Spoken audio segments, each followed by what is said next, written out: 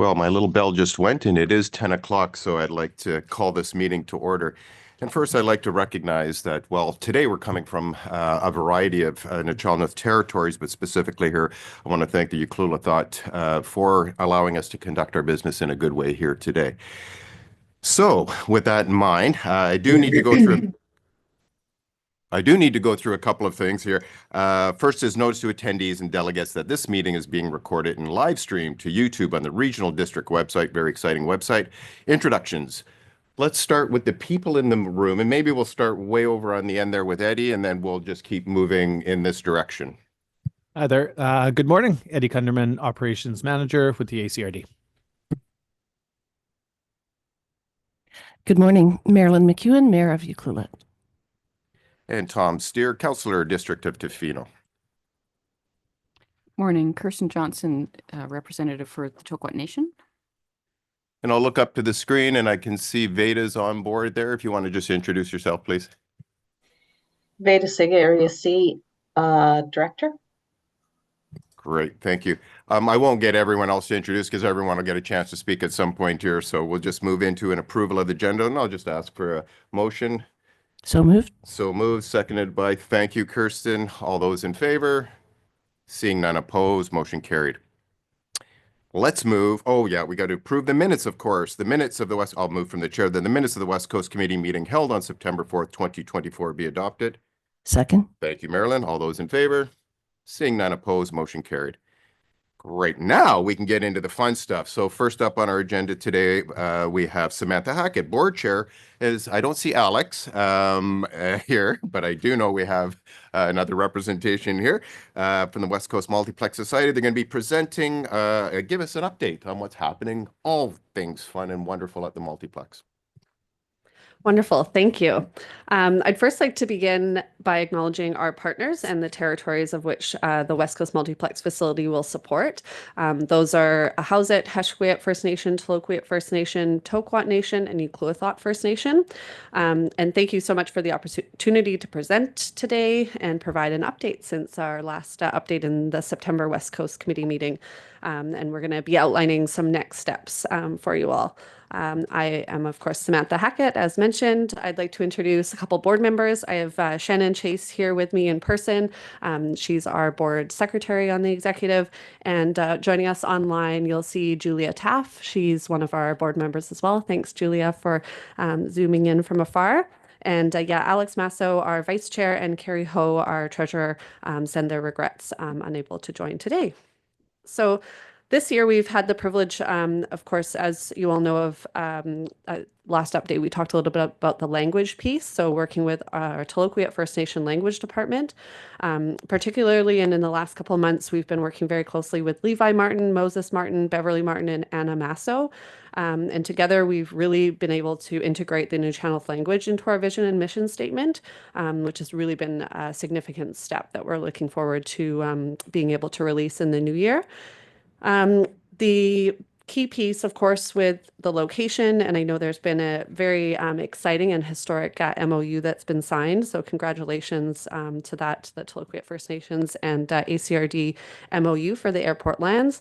We're very excited about further establishing the multiplex location within the Tloquiyat Houthi and really reflecting the shared vision of this partnership. It's ideally positioned, of course, as you know, both for its central proximity to all the communities and its alignment with the current and future developments throughout Esowista and Tyastanis, the Tikmis-Akin Health Center, and the soon-to-be the transitional unit that's all out there, all very much in that health and wellness space and establishing more community facilities in that area. Accessibility really does remain one of our core priorities. Island Health recently has been reporting that hospitalizations due to alcohol consumptions is 4 times higher in our region compared to the rest of Vancouver Island. And this really underscores the urgent need to expand access to health, wellness, and recreation services for all of our 8 communities. So with partnerships with our regional health authorities and with School District 70, we're really working to emphasize the preventative healthcare and proactive approach to addressing these challenges. The big update, of course, since September is that we are really pleased to share that we've submitted our Green Inclusive Buildings grant application. So that was for $25 million. Thank you so much for your support, including the letter of endorsement. In just that 1 month of applying for the grant, we received over 50 letters of support from community organizations and leaders in the community, showcasing the strong backing from all of our community and our stakeholders. So now our immediate focus is securing additional private and public funding to advance the design work specifically. Momentum is very strong right now, which is really great. Both our public and private funders expressing significant interest. So even before sort of any official asks, we already have conversations that have opened up pathways for contributions exceeding $10 million from individual supporters. So looking ahead, we are one of just sort of, there's many things that we're working on, but one that I wanted to let you all know of is we're working with the BC Seniors Advocate, Dan Levitt, to plan a visit for him. He's the new Seniors Advocate. He's going to be coming out late March or early April. So the Multiplex Society, we've been working directly with him in his office to coordinate that trip. We're aiming to collaborate with all of the West Coast committees on this visit to maximize his visit, the impact, and provide a comprehensive understanding of the region's unique needs and opportunities. Specifically for the ACRD, as we progress, we hope to really deepen the collaboration that we've been working on and really build on, working with staff on some of the technical planning aspects. Some history, just to give some context, is from 2008 to 2017, the ACRD had provided financial support totaling $150,000 through this money was through grant and aid contributions and the multiplex TAC requisition. In 2018 specifically, the West Coast Committee, though, removed that TAC requisition. And so after 5 years, these last 5 years have been all volunteer-led progress. We're really hoping and we really believe that this time now has come to reestablish this dedicated support for this initiative through the ACRD tax requisition. The support specifically, we're looking for assistance with talking about our site preparation, services, the development itself, as well as designing a dedicated point of contact, ideally a staff person or in previous it's been a contractor to the ACRD, to stay aligned with fundraising efforts and program planning. Additionally, participation in discussions with our federal, provincial, and local Indigenous governments could significantly bolster contributions towards the capital and operating costs of the multiplex. Okay.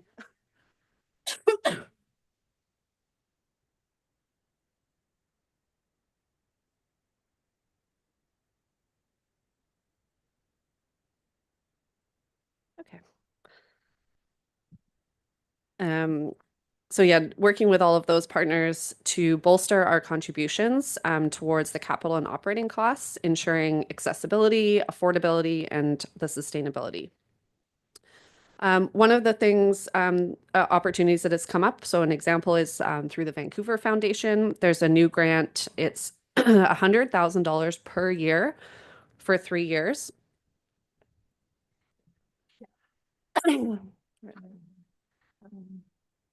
It's $100,000 per year for 3 years for operating, which is rare from our experience. For organizations working to address the root causes of inequality and supporting these most affected to shape their own futures. The last update is through the process of the design and costing report. To get us to the Class C estimate, we have been able to prioritize a fully net zero project, which is very exciting to us, a unique claim for an arena and pool. This is both something to celebrate and an opportunity for increased funding, such as the Green Municipal Fund, up to $200,000 for supporting studies and plans, and then $10 million for capital construction. We would like to work with ACRD staff for supporting documentation for this and other grants. We invite your feedback and involvement in these next steps to unify our communities and build upon the incredible work of the society and community champions over the years. As we approach the finish line, your leadership and support remain essential in realizing this transformative wellness project. This is a unique collaboration among 8 communities reflecting a shared vision of a healthier, more connected future. This society is comprised of dedicated volunteers who believe this partnership is the most impactful way to improve the lives of future generations. Let us honor the vision set forth by community leaders in 2001 by ensuring it is realized today. Please let us know how we may support your efforts or collaborate on other community initiatives. We are committed to keeping the community informed and engaged every step of the way. Thank you for your time, consideration, and unwavering support. I would be happy to answer, Samantha would be happy to answer any questions to hear your thoughts.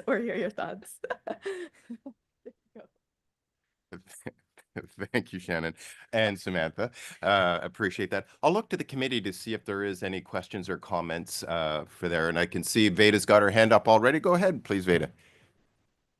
Thank you very much for that presentation. I totally agree that it's high time that there were adequate resources on the West Coast. I mean, traditionally, the West Coast was wealthy with resources with the forest and the fishery. Through mismanagement, what I feel is mismanagement of the fishery, a large part of that resource was lost, the fishery resource was lost, and also the forestry, what I feel was mismanaged and should have been providing income and security for all of our communities for forever. And so I think it behooves the federal government and the provincial government to take a good hard look at the results of the resource extraction in this area and support community resources that actually reflect the richness that we should be experiencing on the West Coast. So I'm all for the development of the resources, and thank you so much for the work of Samantha and the committee. Thank you, Veda. I'll look to Marilyn. Thank you through the chair. Great presentation. Thanks for the update. The grant you've applied for, it's the Green Inclusive Community buildings. Community Buildings. Yep. And do you know, I guess you don't know how many other applicants? No, Or- no, they don't share that. No. But they did confirm receipt of our application. And we had, like I said, all those supporting letters plus about 50 other supporting documents of all the work over the 20 years. So they had confirmed receipt of all of that and said that they'd be in touch. Great. Yeah. Good luck with that. Thank you. Question. Well, as probably the committee knows, I will have something to say. Tends to be the case. So thank you, Samantha. Thank you, Shannon. I appreciate once again coming in, keeping us informed. I think it's critical for the West Coast, especially the West Coast Committee, to be able to relate to the board when we don't. And you do come to the board as well, so that's wonderful. But thank you so much. I just wanted to pick up on a couple of things. One was the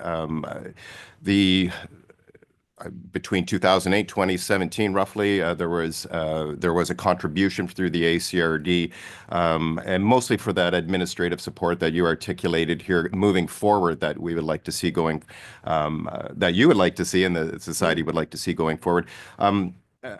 I might suggest to the committee, and this is something that we're in financial planning process coming up. I might suggest to the committee a possible motion, and if I don't craft it well enough, I'll look to Heather, of course, as she's smiling, to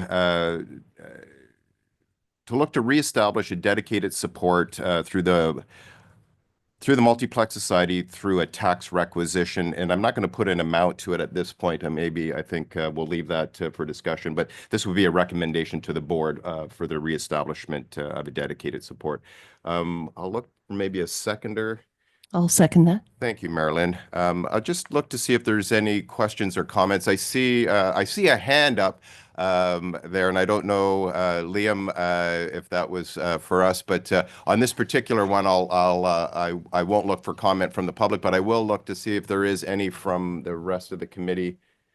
Not seeing anyone, I'll call the question. All those in favor? Seeing none opposed, motion carried. Was that good enough, Heather?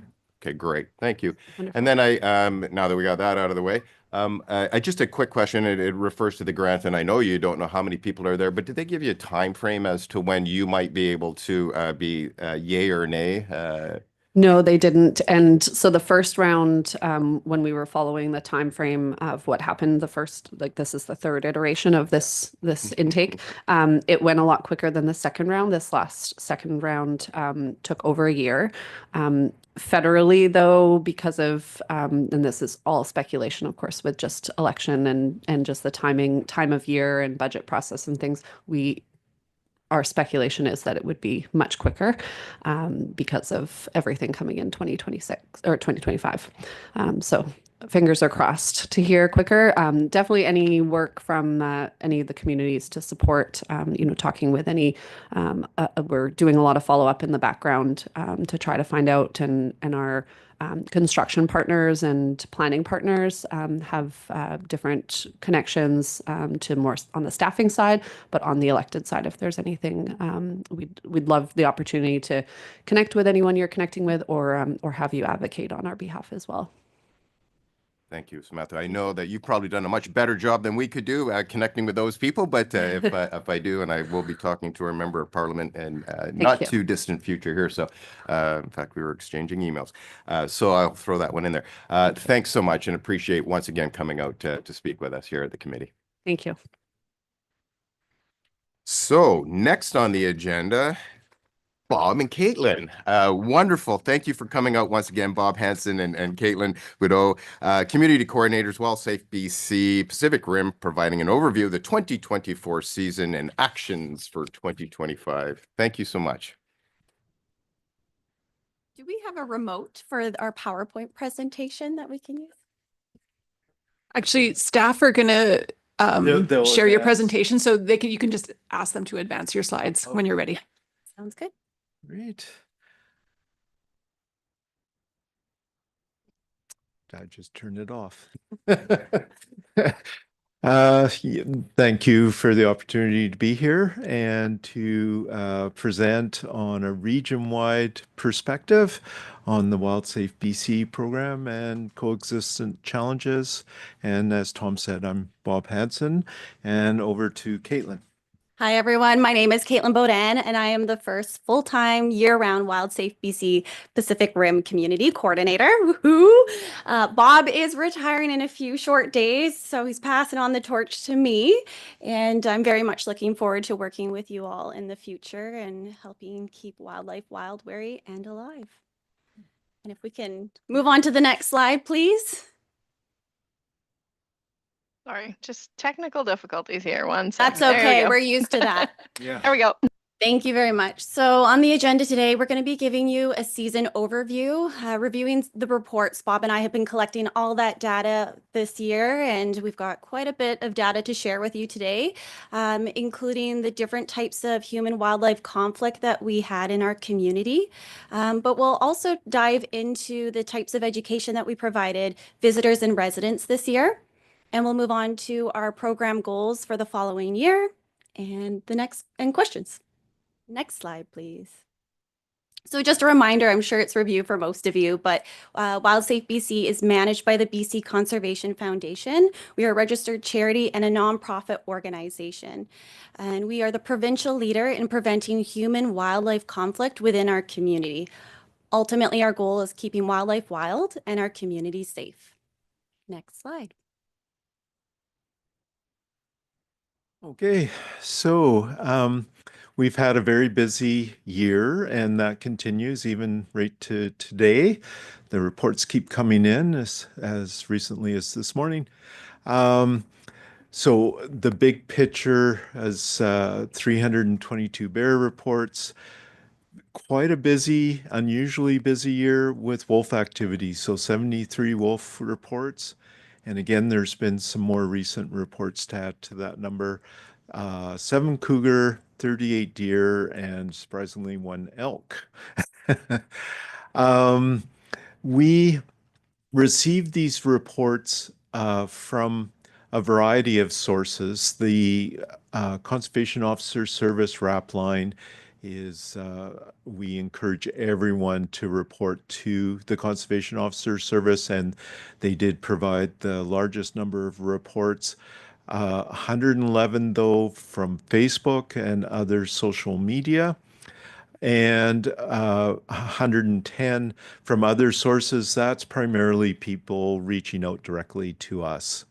And if you could click again. So 441 reports, but that number's gone up a fair bit since we created the presentation a couple of weeks ago. The graphic on the right shows that we work in closely hand in hand with the communities, the nations, the Conservation Officer Service, and ourselves, all complementing the services we provide in the community, all to keep wildlife wild and the community safe. Next slide, please. So, what do the challenges look like? It's been very interesting since the rollout of the residential cart system. We've seen a dramatic shift away from the usual types of conflicts we had in past years to almost exclusively bears focusing on the cart system.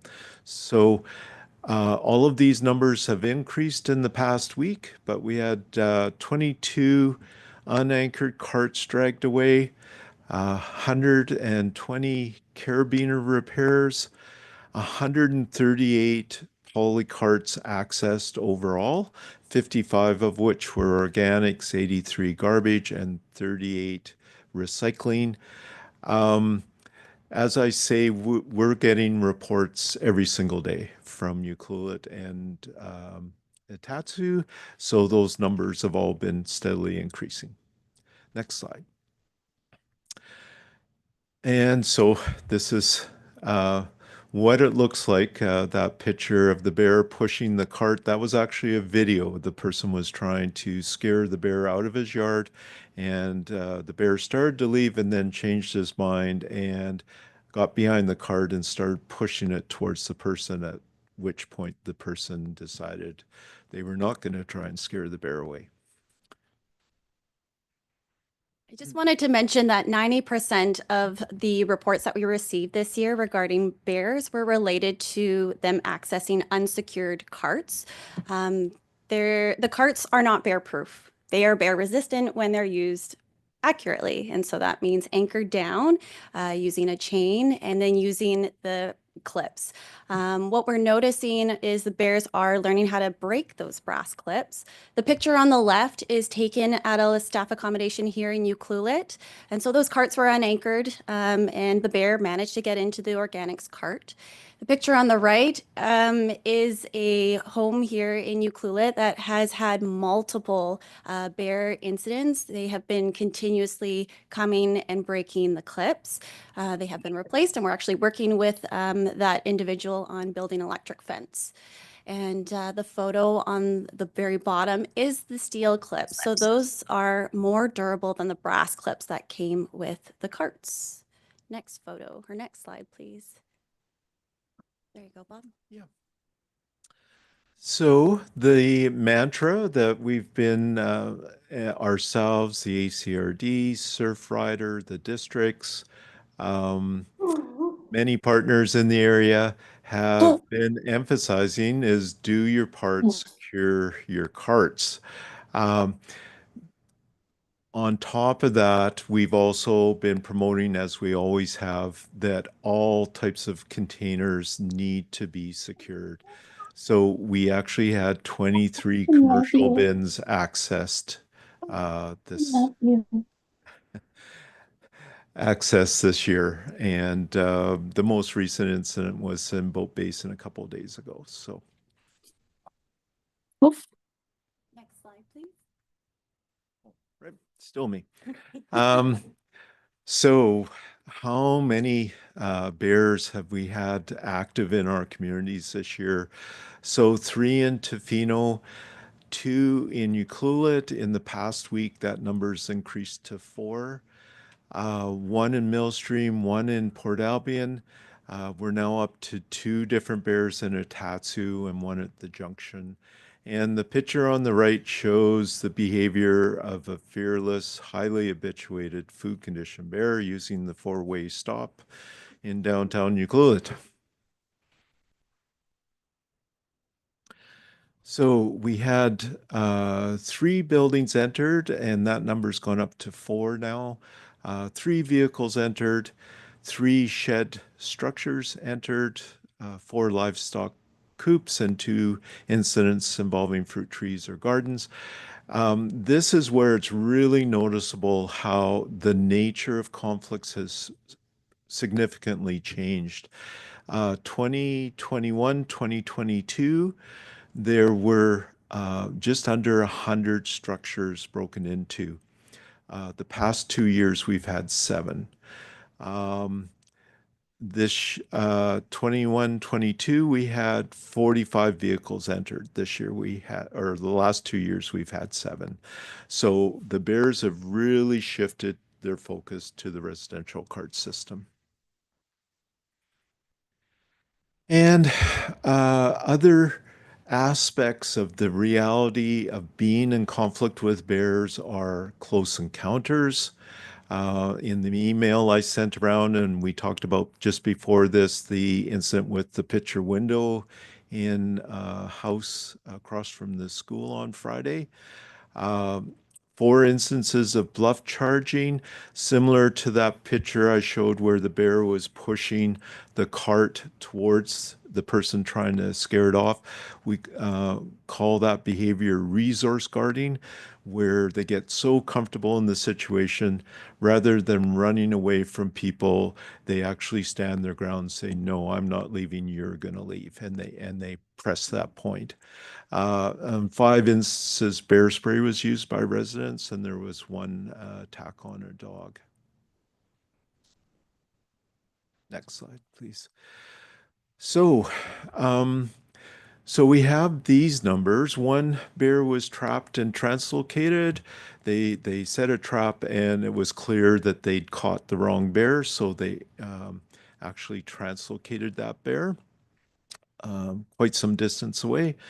1 fatality due to a vehicle collision, and 1 bear was put down. But as explained in detail in the email that you received with background information for today, these numbers only tell one part of the story. The much larger part of the story is that we had 1 bear put down, but it does not mean that we did not have conflicts. So all those previous slides clearly show we had significant levels of conflicts. And actually, when we tally up the numbers from the cart incidents, we actually had more than double the number of incidents from last year. So that trend line's going like this in regards to the cart system. And I'll touch on the way forward on the last slide. So here's the wolf reports. 50 sightings. Since we made the presentation, we're now up to 13 close encounters, 1 of which lasted for half an hour with 2 people trying to chase the wolf off. 1 attack on a dog. 1 case of wolves on a carcass, deer carcass, and there's been multiple reports of wolves howling recently. So as you can see, we've been very busy, as well as the bears. So as a result, we have been providing a continuous education program. And the first thing that I'd like to share is that we hired a full-time year-round community coordinator, and that's a result of the ongoing support that we have from the ACRD, from the districts, from local businesses, and that's fantastic. We're going to be able to provide education throughout the year and really work on some big projects over the winter in preparation for the summer months. We've done 26 presentations, reaching 536 participants. Our most popular presentation is the wildlife awareness and safety training. We have also had 14 display booths throughout the community, reaching residents as well as visitors. And we've had them at key places, including the Wild Pacific Trail, the aquarium, the hatchery. Bob, what else am I missing? Oh, Yuki Days. That was a great place to reach the reach locals. Yes. And then not only are we out and about with the public, but we're also providing that one-on-one education through door to door. So recently, in the last couple of weeks, I've done a lot of knocking on people's front doors. I've been going around to local businesses, delivering education packages on securing attractants. I've been handing out brochures. I've been having conversations about what's going on with the bears right now. And that seems to be really hitting home.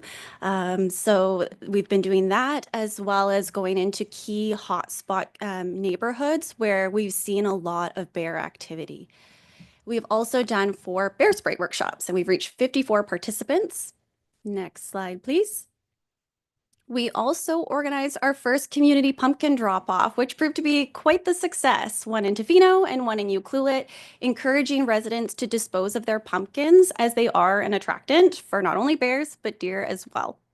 We've had 13 media appearances ranging from newspaper, radio. We've also been involved with a documentary.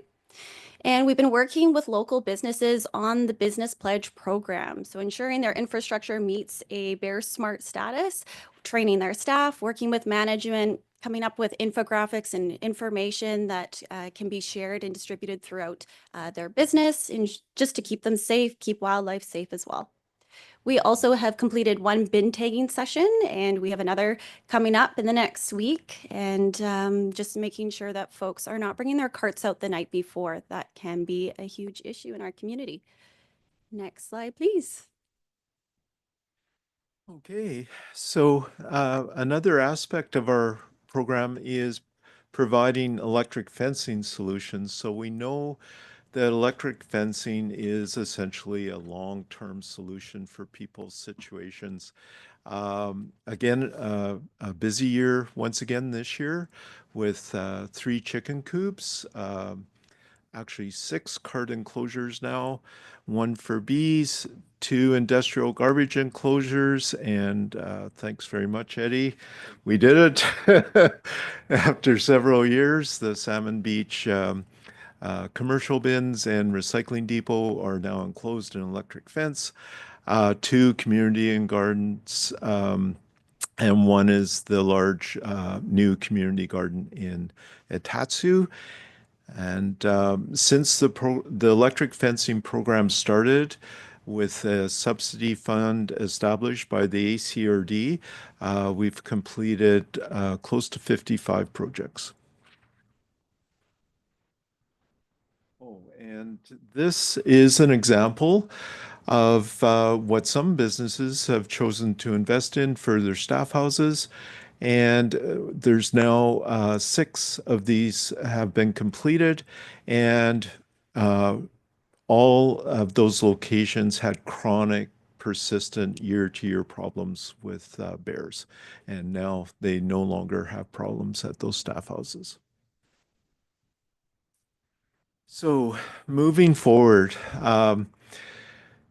with a real game changer having Caitlin to work year round, it just extends and enhances the capacity of the whole program. There's so much that we can't do in the busy season. It's just not possible for all concerned, ourselves and our partners.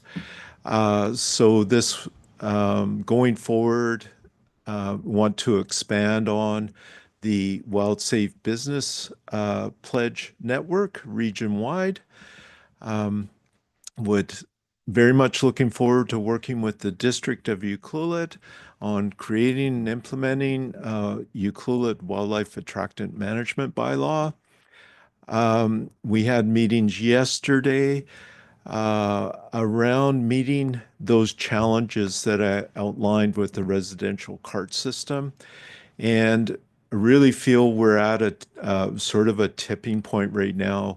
We really need to get ahead of it, given the number of food condition bears in Etatsu, but also in the region that are focusing on CART systems, and had an initial meeting yesterday in Port Alberni about developing and implementing a specific Etatsu action plan. You see the bullet next to it is the same goal for the wider region. So for all the communities in the region, is bringing all the partners together, the districts, bylaws services, the CEO service, to put bring our heads together to brainstorm actions that are actually going to break this cycle. Having a whole group of food condition bears that survived last year and came back and were active this year, and now they're going to be coming back for the third year with expert skills at accessing these CART systems. We really have to step up, and ultimately we need to have a residential CART system that is in reality as was planned. Every single cart is secured, so it can't be dragged off. Every single cart has clips that are bear resistant, and that means switching all the brass carabiners for steel carabiners and having all that in place before next season. So envision quite a bit of work ahead this winter, and getting all of us, all the partners in a room as often as it takes to come up with a realistic, practical implementation plan. So top priority there, but also our long-standing ongoing goals are greater youth engagement. In the wintertime, we'll be able to be in the schools much more, and forging very strong working relationship with the First Nations Warrior Youth Program. And we're in a really good place right now, having Caitlin. And what we would like to see, and we've made submissions to District of Tofino and District of Ucluelet, is that higher level of funding that's allocated and secure year to year. And the ACRD is already providing that higher level of funding and has for several years now. And we identified in our submissions to Ucluelet and Tofino potential additional funding source for that to make that happen, and that's the Resort Municipality Initiative. And I believe we're on to the next slide here, which is a short video. Thank you everyone for listening to our presentation and just hearing the overview of our season. As I mentioned, it's been an incredibly busy year and it's not slowing down, and we just need to rally together and we can make a difference. We just need to do it together. If you can please move on to the next slide, we've got a quick video of our season. Thank you.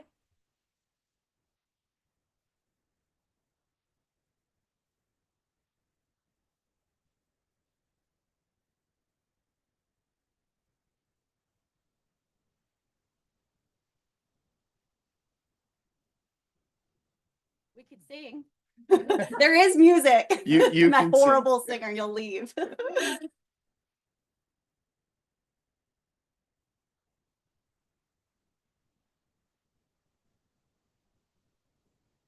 That video was taken at Black Rock a couple of weeks ago. I held an open presentation on black bear ecology, and it was open to guests staying at Black Rock as well as residents. And despite it being the night of the storm, I had a good turnout. So, and the power didn't go out until after my presentation, so perfectly timed. Thank you, everyone. We'll open up to questions. Great. Thank you, Caitlin. Thank you, Bob, once again. Similar to the multiplex, your continued updating and relationship building is critical. And so thank you once again. I'll look to the committee once again. I know there's probably everybody, so maybe I'll start up with Veda up at the top there. Go ahead, Veda. Thank you very much. Thank you for the presentation, and it sure is wonderful to see drop to one bear killed as opposed to 11 a few years ago when the developments were happening in the bogs there. Just a couple of points. We know that there's a lot of habitat loss. So all of the animals are literally coming into human areas where there's plentiful food and lots of food that is just going into the garbage dump. So there doesn't seem like there's been any effort in drawing the bear away from residential areas by efforts such have been used in the States where they put roadkill into backcountry areas that are not near trails, etc. I'm just wondering about that. Also, the park is not large enough to actually be a conservation area for the larger mammals. So really, they're only protected along very small strips or on islands from interference from people on motor vehicles or back road type campgrounds, where they also get the idea of human garbage as being a food source. So I'm just wondering if there's been any thought to having a similar way of distracting the animals from coming into our habituated areas. The bear safe bins, like in that last picture, it was actually the recycle bins that were tipped over. And obviously it was like pizza boxes. So there are no clips on those recycle bins. But yet it's still forming patterns of food seeking when bear are going after the pizza boxes in the recycle bin. So that needs to be reconsidered. And just another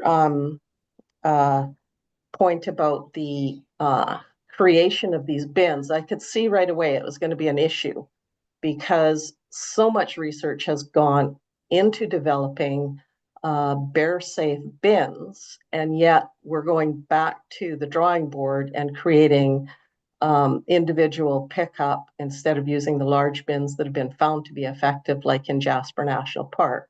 There's a long history of the development of bear safe bins, and I'm sure Bob can speak to that. Robbie Kay has written in his book about the development of the bins.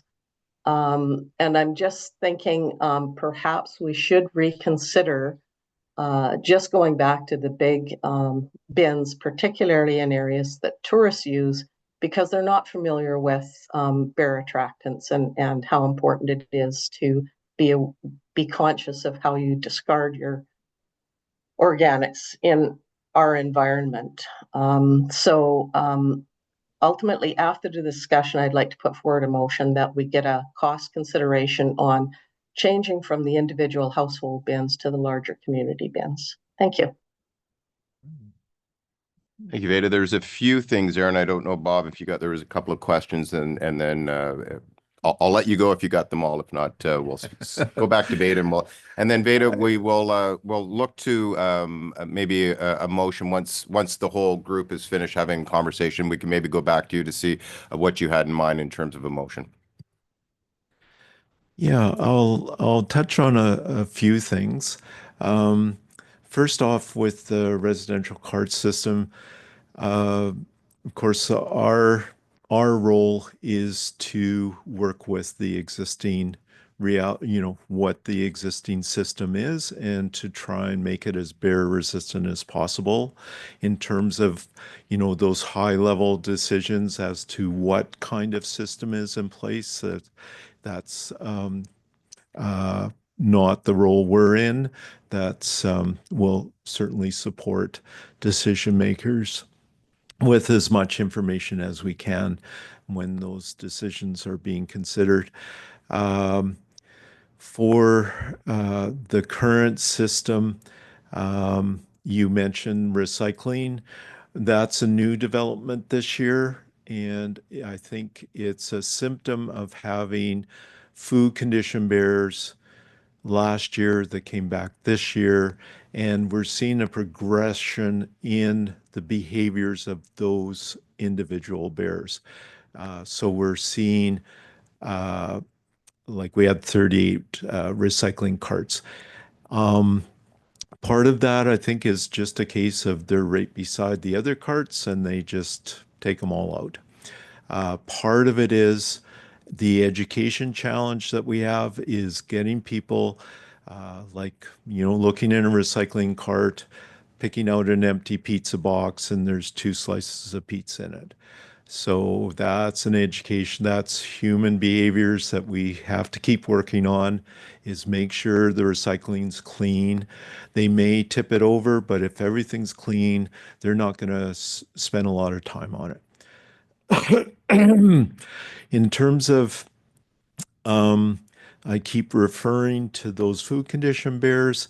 To put that in perspective, if we can do a better job of managing and reducing the access to attractants in our community, we know that the population of bears between Tofino and Euclid and back to Kennedy Lake and out to Salmon Beach, from 5 years of research, is about 100 bears. So we're seeing 10 bears. If we can, so obviously the habitat supports an incredibly high density of black bears. Banff National Park's estimate for the number of black bears they have is 20 to 40 for Banff. So in our small area, we have a super high density of bears, and only a very small fraction of those are getting into things in town. If we can clamp down and remove the accessibility of garbage and recycling, it's obvious the habitat will provide for those bears. They won't need to come into town. So just to provide some perspective there. Great. Thank you, Bob. I'll look to other committee members if there's any questions or comments. You're good. Great. I do, of course. Thank you once again. And, I've heard Bob say he's going to retire. I don't know, like I've known Bob over 30 years, so I don't know what that actually means. But and Caitlin, I just want to thank you because, as you've come on board, not only, you've jumped in with both feet and have taken on. And, when we met at UBCM, your, great presentation, your work is obviously making a difference. I think your comment was something about working together to make it, you guys are making a difference and it's already happening. We can see that even over the last 5 years of the work that we've been doing. Just your stats alone were great. Actually, I'm going to go up before I start going as I can. I see Lavana as showing up there, so I'm going to look to Lavana first, and then I see it looks like Jenny's van, so I see Jenny's got her hand up. So I will go to you, Jenny, after, and then I'll go through my long soliloquy again. Lavana, I'll go to you right now. Awesome, thank you. Great work. That's a lot of positives happening there. Pardon me. I was wondering if there are plans to identify, which you probably already have identified, which areas have the highest bear activities, and if there's any maybe strategy to encourage some of those places, or if there's donations and some type of way to help those that maybe really need some of that electrical fencing, whether it's a home establishment or something else.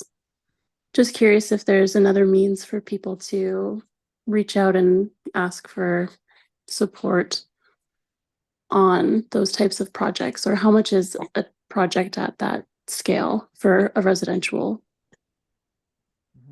place? for the Yeah. electrical fencing, that is. Yeah.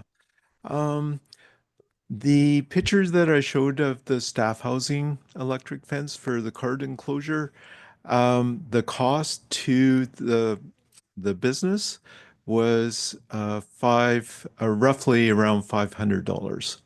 And that's because the ACRD provides a subsidy fund, and the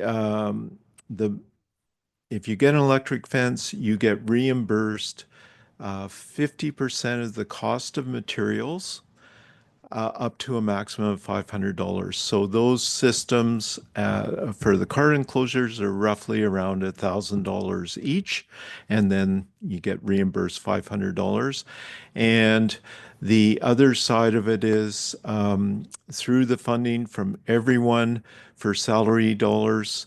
My time in designing and determining the materials list and working side by side with the owner to install the fence, that's all covered by the program. So there's no cost to the person getting the electric fence for all of that.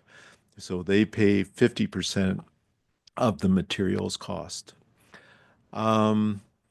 In terms of hotspot areas, yes, we have a very in-depth understanding of hotspot areas because we do our best to track every wildlife report every single day of the season, and now that'll be going on every single day of the year, where we track that information. We know pretty much all the individual animals, we know their routines, their behaviors.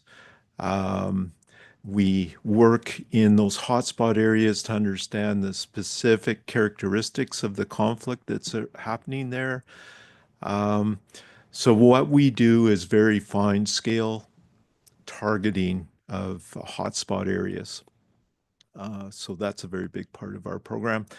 And I mentioned yesterday we had a meeting around an action plan to really try to break the entire cycle of what's happening at Atatsu. And I'll pass to Caitlin to talk about Whispering Pines, which is a pilot project here in Euclid, a hotspot. Yes, we have a few hotspots in the community, and I'm logging it all. Every morning I go on Facebook and I'm checking the community board. I'm writing down all the reports that we've been receiving. Whispering Pines is a very heavily used travel corridor. So it has been continuously getting targeted by one of our very large food condition bears.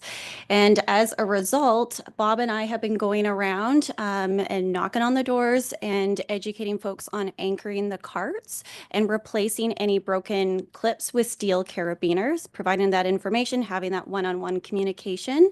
And we're working in collaboration with Windsor Plywood to develop these bear kits, or to have these bear kits in place. So when I speak with the residents, give them that education, I start a work order. And then if they're interested in purchasing that bear kit, hopefully they will go to Windsor Plywood and purchase. And then Windsor Plywood has agreed to have a drop-off day, and they'll drop those kits off into Whispering Pines. And then Bob, myself, any volunteers, we're looking for volunteers to come and assist us in setting those up for residents. So that's one of our pilot projects that we're working on right now. Yeah. And it seems like, the communication that we've had so far has been quite useful. Had to go back a few times reaching folks that aren't home when I'm doing door-to-door education. And I've had follow-up conversations with some folks, and they have gone out and got their kit. Some of them have installed it themselves, and the bear was sighted the next day and it wasn't able to drag them away. And so that's very promising. It's nice to see that, what we're doing is really hitting home for some folks, and they're taking action, taking responsibility. And one thing I haven't touched on is I mentioned these goals of replacing all the brass carabiners with steel carabiners, having every cart secured properly so they can't be dragged away. The other part of it is we've had over 2 years of a full-on blitz of education from all quarters. And feel like we're to a point now where if we can achieve those two goals I just mentioned, that then we need to develop a strategy, a communications plan around compliance that impress on residents that this isn't voluntary. It is actually required in the ACRD bylaw, Euclid's garbage bylaw, Tofino's wildlife attractant management bylaw. It is required by bylaw that carts be secured properly, and start moving that direction. That if we can achieve those infrastructure improvements to the system, that people still aren't complying, that we need to sort of begin down that road as well. So of course, work planning for bylaw services, coordinating with CO service, communications around all of those efforts if we're moving into compliance and enforcement. Thank you, Bob. Thank you, Caitlin. Jenny, I see you patiently hand waving there. Please go ahead. Thank you very much, Chair Steer. And I think you were already sort of mentioning this, but I did want to take the opportunity to just express our gratitude. The staff here at the ACRD have been working with Bob for a number of years throughout the regional district, and it has just been a pleasure and an honor. The commitment that he expresses, the collaboration that we've been able to work together on, and we continue to in this very challenging time when we're working on some of these difficult to solve solutions. But I do see a path forward, and I want to really thank him because I do believe that Bob might be retiring for at least the second time very shortly. And we are so grateful that we have Caitlin coming in to replace that, and having a full-time bear aware and wild safe person with us will just continue to build on the success. But Bob, really the foundations were the ones that you put down, and I just wanted to say thank you so much. You will be missed, but you have earned a wonderful retirement. Thank you, Jenny, and thanks everyone. It's been a real honor and pleasure and incredibly rewarding to be able to work on something that makes such a difference. It's very rewarding work, and I'm very excited for all the energy and new ideas that Caitlin's bringing to the program. Thanks so much, Bob. Thank you, Jenny. And if Jenny, hopefully you won't go away, because I might jump in with some questions around I'll finish off by Director Vega's mention about a possible motion, and I just I was initially very uncomfortable with I was crafting my responses to that potential motion, but to have you there maybe to answer a couple of questions once I finished here, that would be great. Thank you. And so I'll just finish off. We gave all the great congratulations and all the wonderful things that you guys have been doing, and there was in terms of there was a couple of things that I'd made note of: the long-term secure funding, and I think we've talked about this over time because it is critically important, the service that WellSafe BC is providing as a nonprofit society that relies on the generous donations of our communities and some of those private businesses that are there. And I will point out there's a couple of things. We do have really great contact at the District of Tofino with the Chamber of Commerce. So in terms of the business community, I'll introduce you to that person there. And then you also have the mayor of Euclid sitting here right now. So there's some opportunity there to do some direct lobbying there. And I know at the District of Tofino, we are going to be having that conversation in our financial planning process. So recognition of the importance of that long term. So you guys can plan. You don't have to worry day to day about where that funding is coming from. We know how critically important that is. There were, and thank you once again for the ways forward. And it's really important. You guys don't just come to tell us what the problems are.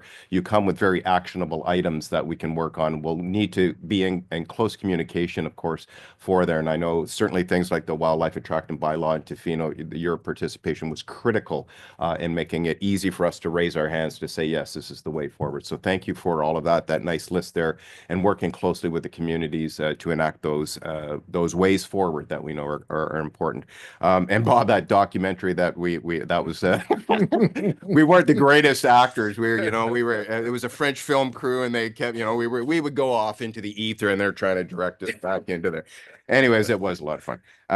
So I just wanted to thank you once again. I have a couple of other notes, but I think I'll move on. I do want to touch on, Director, there was a possible motion around looking into what the cost to transition to a system similar to Jasper, and to get staff to be able to look into that, and having Jenny right there. One of my concerns there's a couple. I know off the top of my head that it would not be cheap. I don't have an exact figure. But the other part of it, at this time and place, in terms of the staffing time allocation, I'm just concerned about and I know I've seen the list of actionable items on staff's plate just to deal with the day-to-day. To add something, this would not be a simple project, so it would take a tremendous amount of staff time and resources to be able to accomplish that. But in having Jenny right there, I just maybe wanted to ask you, am I way off base, or I just think I think there may be an opportunity, as we've heard from WellSafe BC, to focus a lot more on the systems that we have, in improving those systems, knowing clearly what the limitations are, their constraints are within those systems, and actively working towards, as they pointed out, ways that we can mitigate those issues with the system we have in place, rather than looking into the creation of a brand new separate system for the West Coast, as this system is a regionally integrated system between the Alberni Valley and us out here on the West Coast. So maybe, Jenny, if you wouldn't mind, I don't want to put you on the spot, but if you can maybe touch on some of the things that I just mentioned. Not a problem. So absolutely, there would be a lot of staff time involved to do an assessment, which we'd be happy to do. I think what was really highlighted for me in the presentation from Bob and Caitlin is the key to any success, whether we use centralized bins or curbside bins, is going to be education and buy-in from the public to follow the process. Because I've watched humans circumnavigate a completely bear-safe system, no matter what you put in place for them. So a lot of it, I think, is about, for solving the solution we have. I think we have a pretty good path forward. It is still going to take a lot of effort and work to make that successful. We can look at other alternatives, which may or may not be successful, and have a lot of logistical considerations to take into account. I think if you wanted to pass that resolution, we would just go back and have to sort of spend a little bit of time up front looking at how much staff time that would take.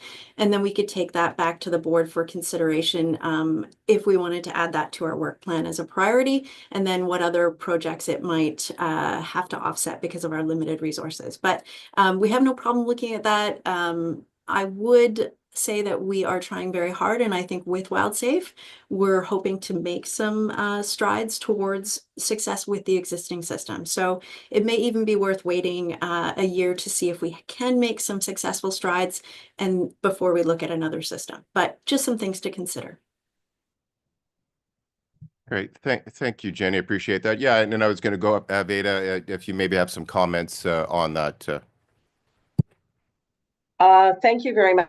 I think first I have to go back to Bob and Caitlin. I know, I'll just give you a scenario. The truck comes around at 7 o'clock. A worker has to go to work at 6 o'clock. They put out their garbage without the clips done up. By 7 o'clock, the garbage is all over the street. That's a reality right now. So there has to be some accommodation for people whose schedule doesn't allow them to get out right at the same time as the truck. I'm not in that situation, so I can just sort of wait for the truck and make sure the bin goes out and gets unclipped. But I'm just wondering, perhaps a comment from Bob and Caitlin on like areas where there seems to be difficulty having an option for the larger bin. Perhaps one for organics and one for garbage, and we'll just continue with the recycle and just do it small scale just to see what the results are. So through the chair to Bob and Caitlin, what would that present as an option? Because you've already said that the bears are already learning how to get into these supposedly bear-proof bins, but they're not bear-proof, right? Thank you for that. So thank you for addressing that because it is an issue. We have been receiving reports of bears accessing those carts that have been left out at the appropriate time, but a bear has wandered through the community and has now managed to go into the unlocked cart. Bob and I have had discussions around a good neighbor program for those that are working night shifts or they just have a very early schedule. Maybe having a neighbor roll that cart down a little bit later in the day, but there's still a possibility that that bear could access the cart. In terms of the larger carts, can you just clarify the question for us? Like, are you asking if we should have larger carts for some of those homes that maybe have more garbage or organics? Thank you. Through the chair again. Like the large bins, industrial bins that the industrial, like the commercial people are using, it seems like the bears are not getting into those as long as they are emptied on time. So having an option for people who know that they need to get their garbage out early, just having a large bin that is for the specific community, and maybe just do a trial project for Ucluelet. And again, this goes through Maryland, but would that be a possibility? And you would know whether the large bins have been accessed by bears. To my knowledge, they haven't. Yeah, so there are several hundred commercial bins out in our communities on like not, well, you're aware of the ones at Salmon Beach, but in the communities here, there are many commercial bins out. Ozark Environmental has committed to changing their inventory of commercial bins over to a bear-resistant design, which is very costly and will take a number of years to achieve. But they have quite a large number of those bear-resistant bins now out in place, and they have self-latching lids. So as soon as the waste goes in, the lid's dropped, and it's latched, and it's bear resistant. The rest of the commercial bins that are out have what we call a lift bar. And those, as Jenny mentioned, they are a bear resistant design, but if people put the lift bar up and don't put a carabiner through one end, the bear just comes along and flips the bar down and opens the lid, and in they go. So they're very susceptible to human error, those kinds of bins. So the sooner we can get to that end point of having all commercial bins with self-latching lids, that'll dramatically reduce the risk of commercial bins being part of the problem. And Veda, and correct me if I'm wrong, I think what maybe you're asking is there a possibility for those types of bins to be accessible to some of the residential people in Ucluelet, a centralized location where those bins would sit, where those people that have difficulties accessing in the early morning hours would be able to go to that centralized place, dump their compost and or garbage instead of rolling it out to the curb on those days. Is that what you were asking? Yes, and I wasn't sure about the effectiveness. Thank you very much, Bob, for that information. So as long as we have the large bear-proof bins, it sounds like it's a non-attractant eventually. Whereas if we have the smaller carts and misuse of the smaller carts, it will continue to be an attractant because bears adapt and learn. So I'm not saying let's go all switching things over. What I'm saying is let's do pilot projects where we identify whether perhaps like in high problem areas, there is a bin where people can put their garbage and put their organics, and still they can be emptied at the dump. But just see if that alleviates some of the issue with people who, I would imagine a lot of the people have early shifts, and that means that the bears are getting out and into the bins before people that have been in all good intentions put out properly. So can we please have a cost estimate on a pilot project for an identified problem area, offering them 2 bins as a choice so that if they don't want to roll their bin out at 7 in the morning and leave it at, as a problem, they have the option of putting it in the bin. So just one test area and the costing of it. Thank you. So that's a motion that you just made. Heather, she's nodding her head. Great. Do I have a seconder for that? I'll second it, but I have a comment. What you're calling a large bin is what I call a dumpster. And I think if we had dumpsters at the edge of everybody's property, it would not be very attractive. So I'm okay with a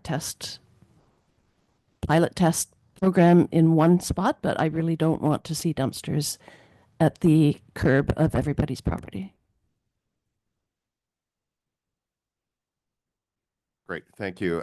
So I have a seconder with a comment around, pilot project, one centralized or whatever the number may be, and with a cost estimate. I will then now call the question. All those in favor? Any opposed? One opposed. Motion carried. So Jenny, I just saw you just click off there. Was that enough information, since we have the staff person who's probably played it will fall onto? We will go get a cost estimate and bring it back. Absolutely. Right, thank you. So I hate to do this, but I need about a 3-minute bio break, if that's okay. And then I don't know if we have Seth, I believe is Seth Wright from BC Transit, I think is next up online. I'm going to take that point of privilege. We'll call there's Seth there. Thank you. Yeah, 3 minutes, Seth. Can I very quickly, I'm remiss in, I need to give a shout out to the business community for it's the reason our program stands out and we have the first ever full-time coordinator in BC is because of everyone in this room's support together with the business community, and that we stand out very much in that regard is there's so much support from the business community and from the Clayoquot Biosphere Trust. It's a real difference maker, and every year the business community comes through. So Thanks, Bob. And we've got our chamber president here, and I think she's smiling. And yes, we know how important it's been, especially with the close collaboration with when things are identified and the very in terms of the mitigation, and then of course the financial support, which is critical. Thank you. I'm going to take that 3-minute bio break now, and we'll be back in 3 minutes.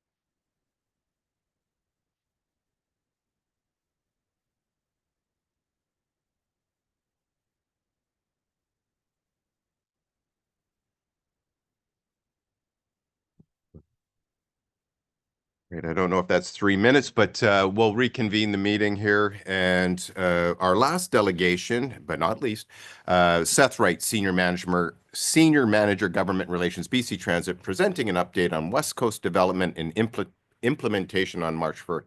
Hey there, Seth. Good to see you again. Please take it away. Good morning, Chair Steer. Thanks so much for the time to present this morning. I will just load up my presentation here.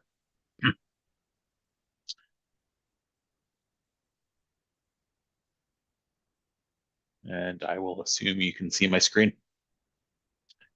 Yes. So I think I last presented to the West Coast Committee back in September. And wanted to provide a further update now that we've been working over the last several months at setting up the service. March is coming up soon, and we are keen to work with your staff and Pacific Western Transit, PWT, to establish service on March 1st through the BC Transit arrangement. I'm going to provide a few general comments and speak to roles and responsibilities briefly, but more excitingly, I'm going to speak to the introduction of service and the work we've been doing, which involves buses, routing and schedule for the service. We'll be introducing fares and fare payment, marketing communications, and then timeline over the last few months and coming few months. I always like to start off with some roles and responsibilities and identify that BC Transit has a number of roles. We provide service through aggregating a lot of areas of expertise across our organization and then being able to deliver that to local communities across the province. The local government has some responsibilities that relate to direct experience on the ground and authorities established through the Local Government Act. One thing that I often find requires a little bit more nuance or support is the work around road authorities, but Eddie in that role has been exceptional in working with your two respective districts, Parks Canada and the respective First Nation communities at facilitating those conversations to establish bus stops. And then the operating company, which in this case will be PW Transit, will be responsible for delivering the specified transit service, hiring, training, provide drivers, managing labor relations, collecting the fare revenue, providing customer service, and other ancillary services required. So now moving along to what we've been working on, we have brand new West Coast Transit buses. They will have our new BC Transit livery, which, as you can see in this image in front of the blue and yellow and gray TransLink buses, you see this green and white. BC Transit bus. This is our new BC Transit colors and livery for all new buses that will be rolling off the line. These buses are some of the first buses that will be delivered out of BC Transit, and our 2024 GM Chevy Arbok buses. They'll be fueled by gasoline. They'll have 18 seats and 2 wheelchairs. A few of the seats will have special fold-away infant seats with 3 points, 4-point child harnesses. And the bus does have a non-kneeling suspension with ramp, so is fully accessible to all sorts of folks. And actually, I wanted to mention, sorry, I'll go back to that for a second, that we had previously announced that 6 buses were required. We have had some conversation and have determined that 5 buses are perfectly adequate now that we have a full schedule. We have an operating facility in Euclid, and we're able to save a few dollars on your lease fees by reducing it to 5 buses, and even with the possibility of carrying out an expansion in the subsequent year of introducing the service, we could support that expansion without running into issues with bus mileage or maintenance obligations. So we're feeling excited about that opportunity.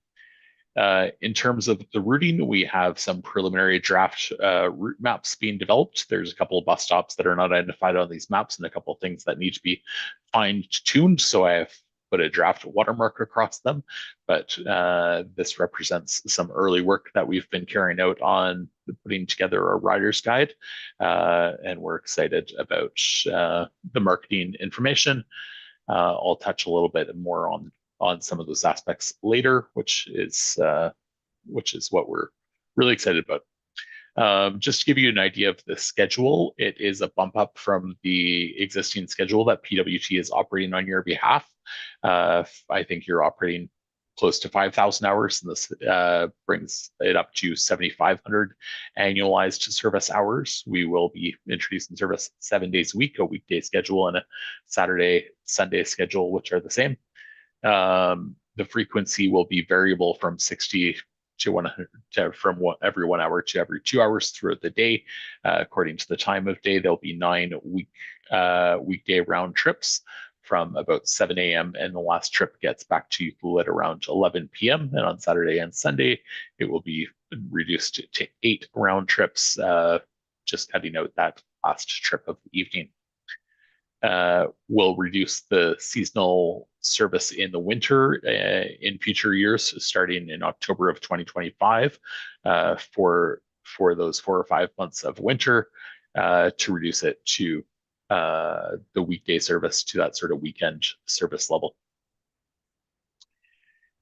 The fares on the service have been developed through identification of the existing fares that you operate and through conversation with staff. And so we've identified that a single ride will be $5.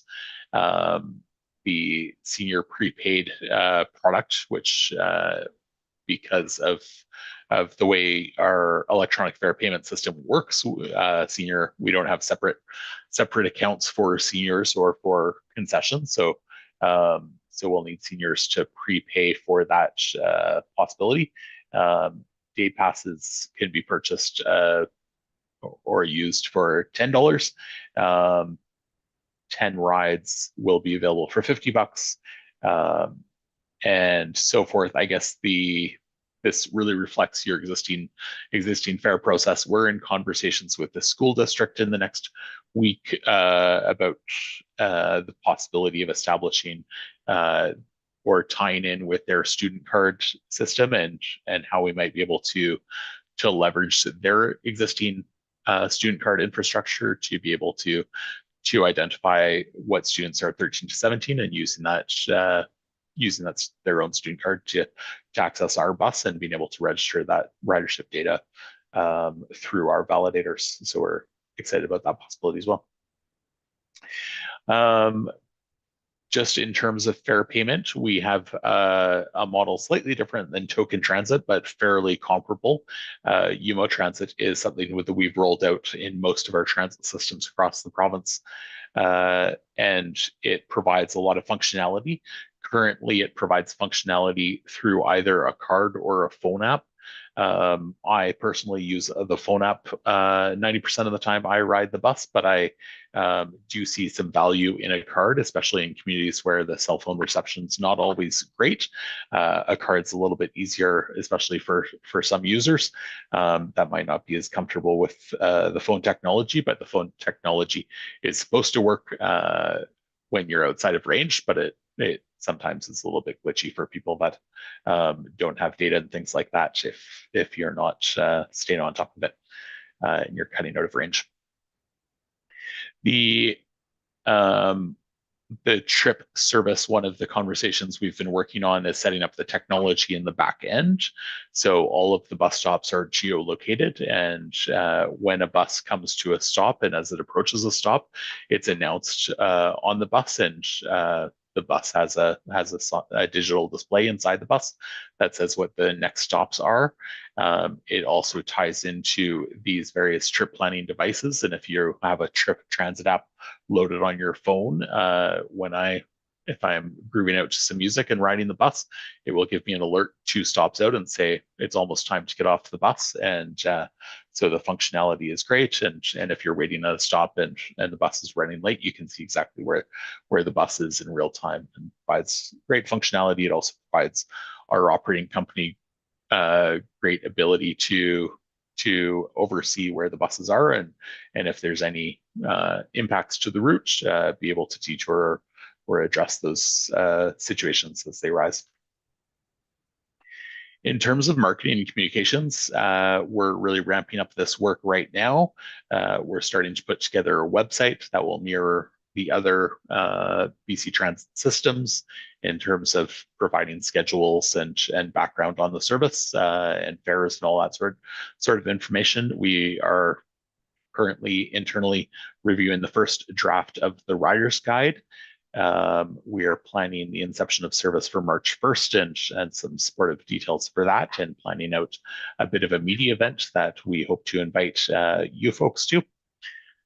We are drafting up some bus stop signage here. You see a bit of an image of a draft bus stop. This doesn't obviously have the new channel language that we are working with Youth Fluid First Nation folks to translate bus stop into new channel, which we're keen to do and keen to put on those bus stop signs. And as I say, we're planning a bit of a media event, which will probably happen a couple of weeks after we establish service in March. In terms of timeline, we have already passed some key milestones, and we continue to achieve milestones. We met at BC Transit this morning just to touch base on where we're at, and we're making some good progress on some key projects. We will be finalizing the contract with PWT in the coming weeks and starting to order bus stop signs in January. We anticipate having all materials delivered to be installed by ACRD and district staff in February in preparation for the March 1st implementation and start of service. That's my presentation. I'm more than happy to answer any questions through Chair Steer you may have, and I will stop sharing. Great. Thank you, Seth. I do appreciate it. And I'll look to everyone. I'll start with, I've got Veda up there. We'll start with Veda, and then we'll move down the group here. Hi, sorry, Dave. I saw your hand go up first, I think. Anyhow, thank you so much. I'm really looking forward to this. And through I think it looks great. The presentation was bang on. I think we're going in the right direction. But through the chair to either Seth or Jenny, is there going to be a stop at Millstream? Because that's pretty critical for my population. Thanks.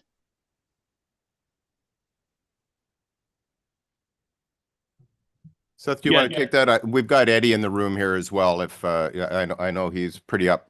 I'm looking over at Eddie, and he is smiling. So yeah, and thank you, Director, and through the chair. Yes, it is in the plans to have a stop at Millstream for the March 1st start of service for BC Transit.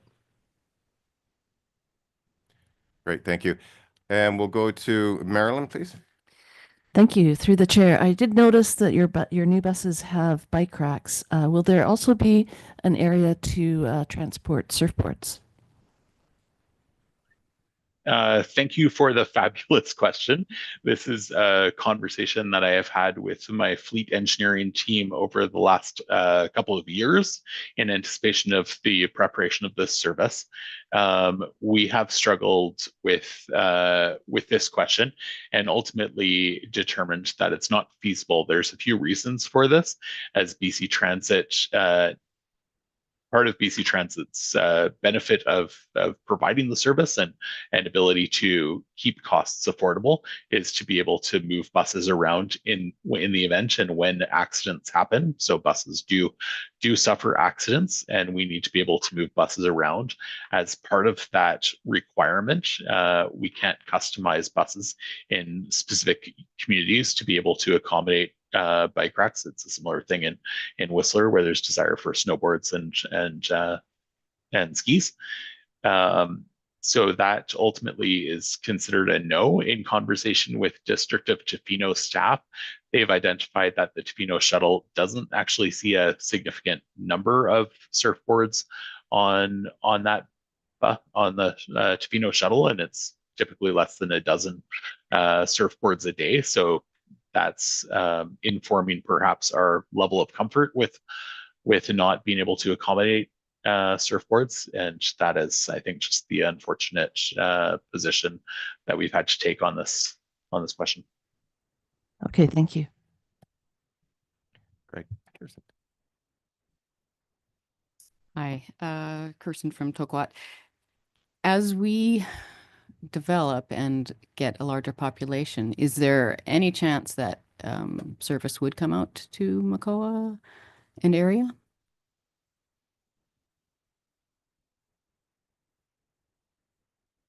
Seth, I think you're muted right now. Yeah, thank you. Through Chair Steer. We have had various conversations with Eddie over the last few weeks and the last few months about potential opportunities to extend and expand service to various locations and destinations. Ultimately, we decided to stick with the service plan as it's been established and operating with the addition with the one addition that we've mentioned earlier today. But ultimately, we can look at that in the next 6 months after we introduce service and identify what makes the most sense. We have an expansion of 1,300 hours for the subsequent year of our service, where we can look at opportunities to expand service, and we can bring that as a conversation and say this expansion would be this many hours, this expansion would be this many hours, and hear from you on what makes the most sense and what are the priorities that you'd like to see the service expand to be able to service.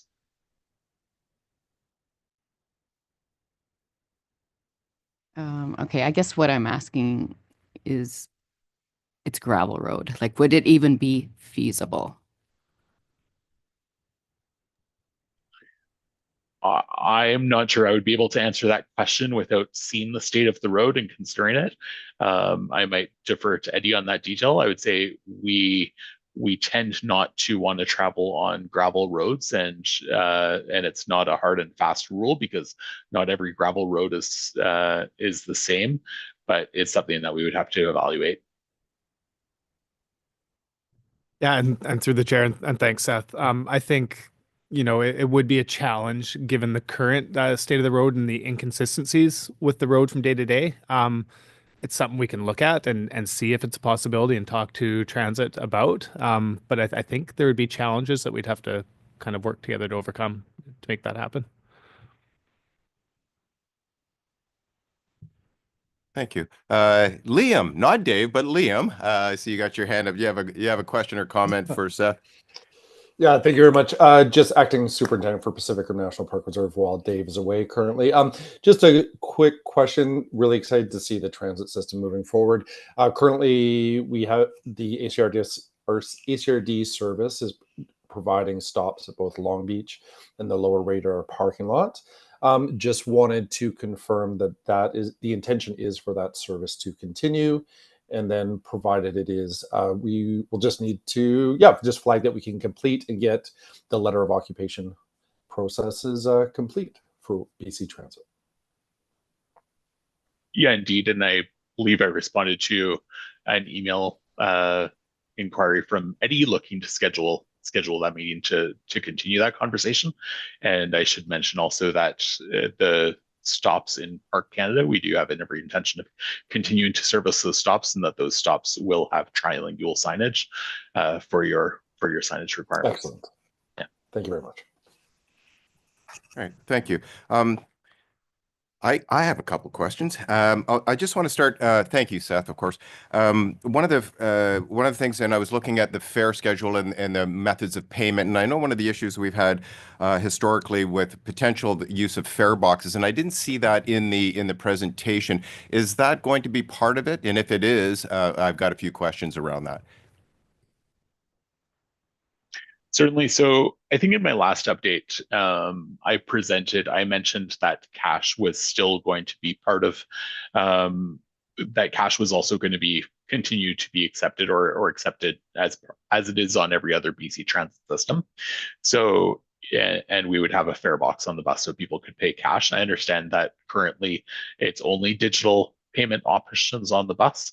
We have had extensive conversation within BC Transit about the possibility, and we've had a number of conversations as recently as yesterday with the ACRD staff about this topic. Ultimately, BC Transit has determined that we need to maintain cash fare box option on buses. In similar sized rural communities across the province, we see upwards of 50 and over 50 in almost every small rural system, even now after 6 to 12 months after we've introduced UMO electronic fare, we continue to see about 50% of fare box payment coming in the form of cash versus the electronic fare payment methods. So we're committed to maintaining cash fare payment option for the time being, and we're working with ACRD staff on finding the most expedient, efficient, reasonable, and safe approach to being able to facilitate that fare collection and funneling it to the ACRD for your revenue to apply against the costs of operating the service. Right. Thank you, Seth. Just, I just think of the complexities of handling cash, certainly from a service provider. And, you mentioned some of the experiences with other rural communities and that up to 50% of that revenue. And you did mention that you'll work closely with the ACRD staff, because I can think of a number of issues, certainly with handling cash and how that gets taken from the bus to the bank to the distribution of that. And so there's a number of issues that are associated with that. So I'm sure there will be some good conversations. But so I have two questions related to that then. Is there, for example, I know that you made very clear BC Transit's position on that. Is there an appeals process that we could initiate? Because I just think of the regional issues, and each one of those rural communities are very specific in their needs and wants, of course. And I'm wondering, through BC Transit, is there an appeals process for that? If not, it might be something that that the ACRD can bring up at UBCM with BC Transit at this fall. Is that clear enough question or? Yeah, certainly. And perhaps I could suggest as an immediate step, if the committee feels strongly about it, certainly I'd be happy to take a letter from the committee up to our senior leadership to entertain this question more seriously and give it a serious second thought. Great. Thank you, Seth. I do appreciate that. And so maybe before I forget, because cognitive decline is happening, maybe I will make a motion for the ACRD to write a letter to look at the potential for, I don't know the best wording on this one, Seth, but to look at the cash fare issue, for lack of a better term. Heather, can you smile and put that in proper? Thank you. She's so good. Thank you, Seth. I appreciate that.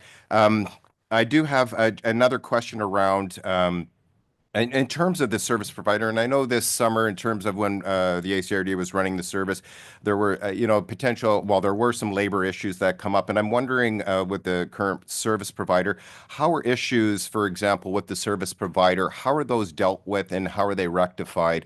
Because we want to ensure a seamless flow of service. We don't want the disruptions. We really want to create a really user-friendly system that we can trust. And so those were some of the issues that had come up.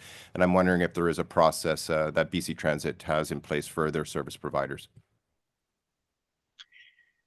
Yeah, certainly, and thank you for the good question. I appreciate you recognizing that it's a challenge, and labor is a challenge in many of our communities. I think we're in a period of hyperinflation, and there's a number of pressures being applied to being able to fill positions and be able to fully staff any business, but certainly the transit business is being impacted by this across the province, and indeed across North America and across most of the world. So labor is not an insignificant piece, and we have a number of processes on our operations side, and through our contract negotiation, we have a threshold that we aim and hold operating companies to account for, which is 99.5% of service should be delivered. When that threshold is not met, we're working closely with them to identify what the issue is and to evaluate what sort of mitigating measures. I would say a couple of the additional pieces beyond that sort of operational accountability piece, we have a very robust alert system that can send an alert to people's emails for people that are regular users. And we have some supports with how we address these, because we deal with labor shortages across the system, across the province, and in some of our systems, and we work hard to minimize the impact on customers. Another way we do this is we look at, okay, well, what is the shortage? Do we need to reblock or reschedule the work to be able to manage that with the operating company? And we're open to those conversations if we need to have them, if there are chronic labor shortages. But ultimately, our first line of defense is we've signed a contract and we need to work on how do we get this fully staffed, and what do we do? So we have been cognizant as we've approached these contract negotiations, and we've identified this as something that PWT needs to address and work on in establishing a contract with us. Great. Thank you, Seth. And, as part of my responsibilities, when you make a motion, then you have to complete that process. And I'm surprised Heather didn't stare over at me. So there is a motion on the table. I do need a seconder for that motion. I'll second. Thank you very much for that. I will then call the question. All those in favor? Seeing none opposed. Well, actually, maybe before, yes, there may be a question before I call the question. Is there a question? Thank you, Kirsten. I just need clarity on what the actual motion is. Are you saying to actually not have a cash box on the bus? No, I'm looking for BC Transit to, well, Seth, in this case, to bring forward to senior leadership, look at ways that there may be some, how best to put it, ways to look at how we might lessen the issues around having cash fares responsibilities, because it does increase costs and safety. There's a number of issues around that. And I just wanted to see if there was ways that we can mitigate that and bringing up to senior leadership there. Okay. So with that, is that good? Yeah. So with that in mind, all those in favor? Seeing none opposed, motion carried. So I do have one last question now that I took care of that business.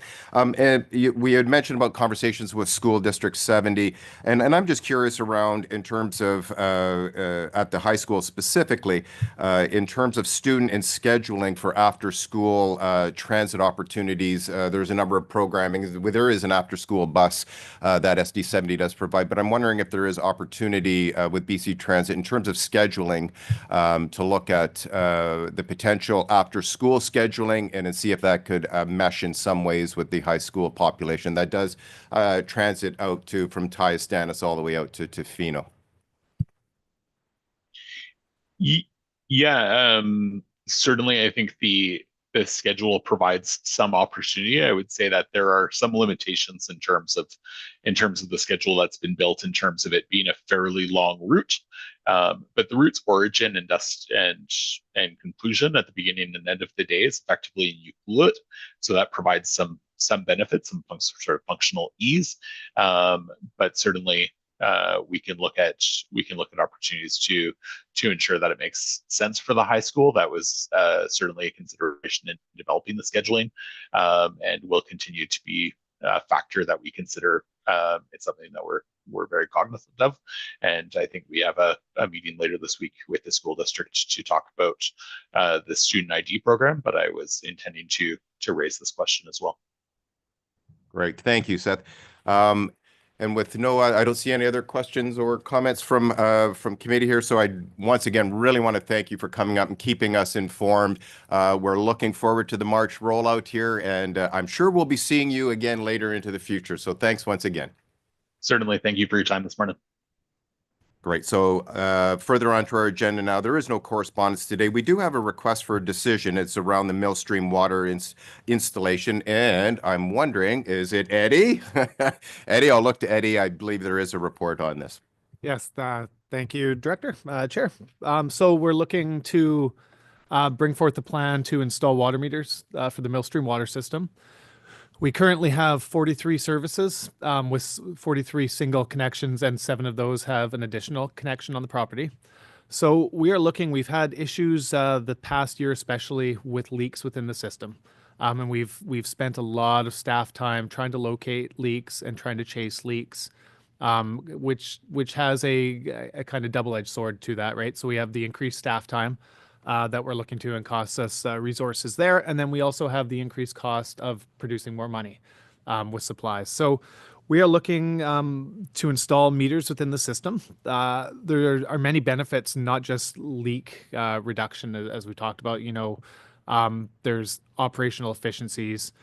We get better usage, water consumption with having meters and being aware of how much water consumers are using. Typically, you see that water consumption within the service goes down, which has environmental benefits and long-term water sustainability benefits, especially in our current issues with climate and drought and what we foresee and within the water community is water sustainability is a huge topic moving forward. So we are looking forward this. We have put together a bit of a plan for the installation. It will include the installation plan. We will be going out to contract through RFP if it's passed to have a contractor install. We'll be using the same technology and same equipment that we have in the Beaver Creek water system. So this allows for us to have operational efficiencies between the systems, economies of scale in purchasing price for the products. We'll have benefits there. And it allows us to use the same technology in tracking and monitoring the data and the consumption.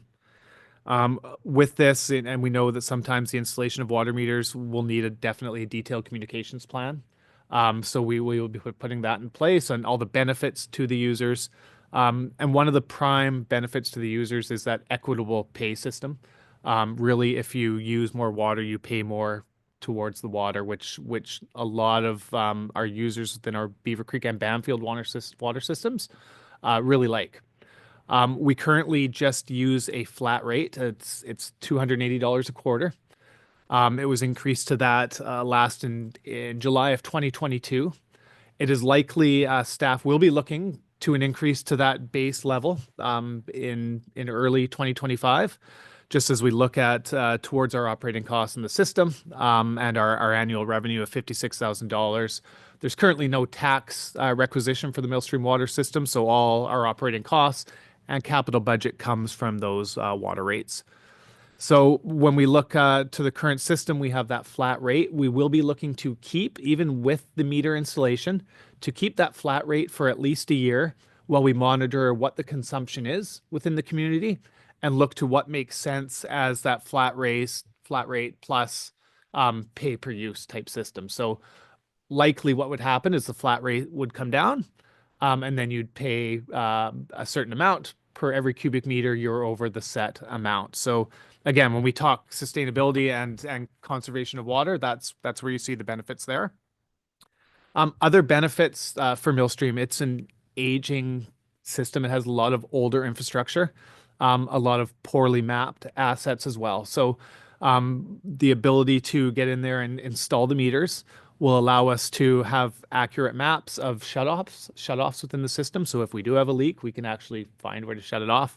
We'll be able to replace a couple valves. And we also have an issue with some of our older piping that runs from the meters back to the main. It's the brittle blue tough tube that sometimes when you touch it, it just kind of shatters on you. So it'll give us an opportunity when we're in there, and if it does shatter, to replace some of that as well and just kind of upgrade the infrastructure overall to the system. So those are kind of the benefits, when we look at the cost of overall costs of the plan between materials, between labor and whatnot. We're setting a budget of approximately $150,000. Which should be sufficient. I'll note that our current capital budget, we are sitting at $175,000.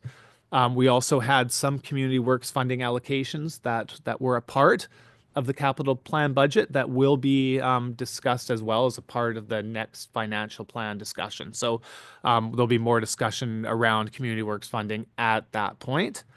It does mention the billing structure in there that I've already touched upon.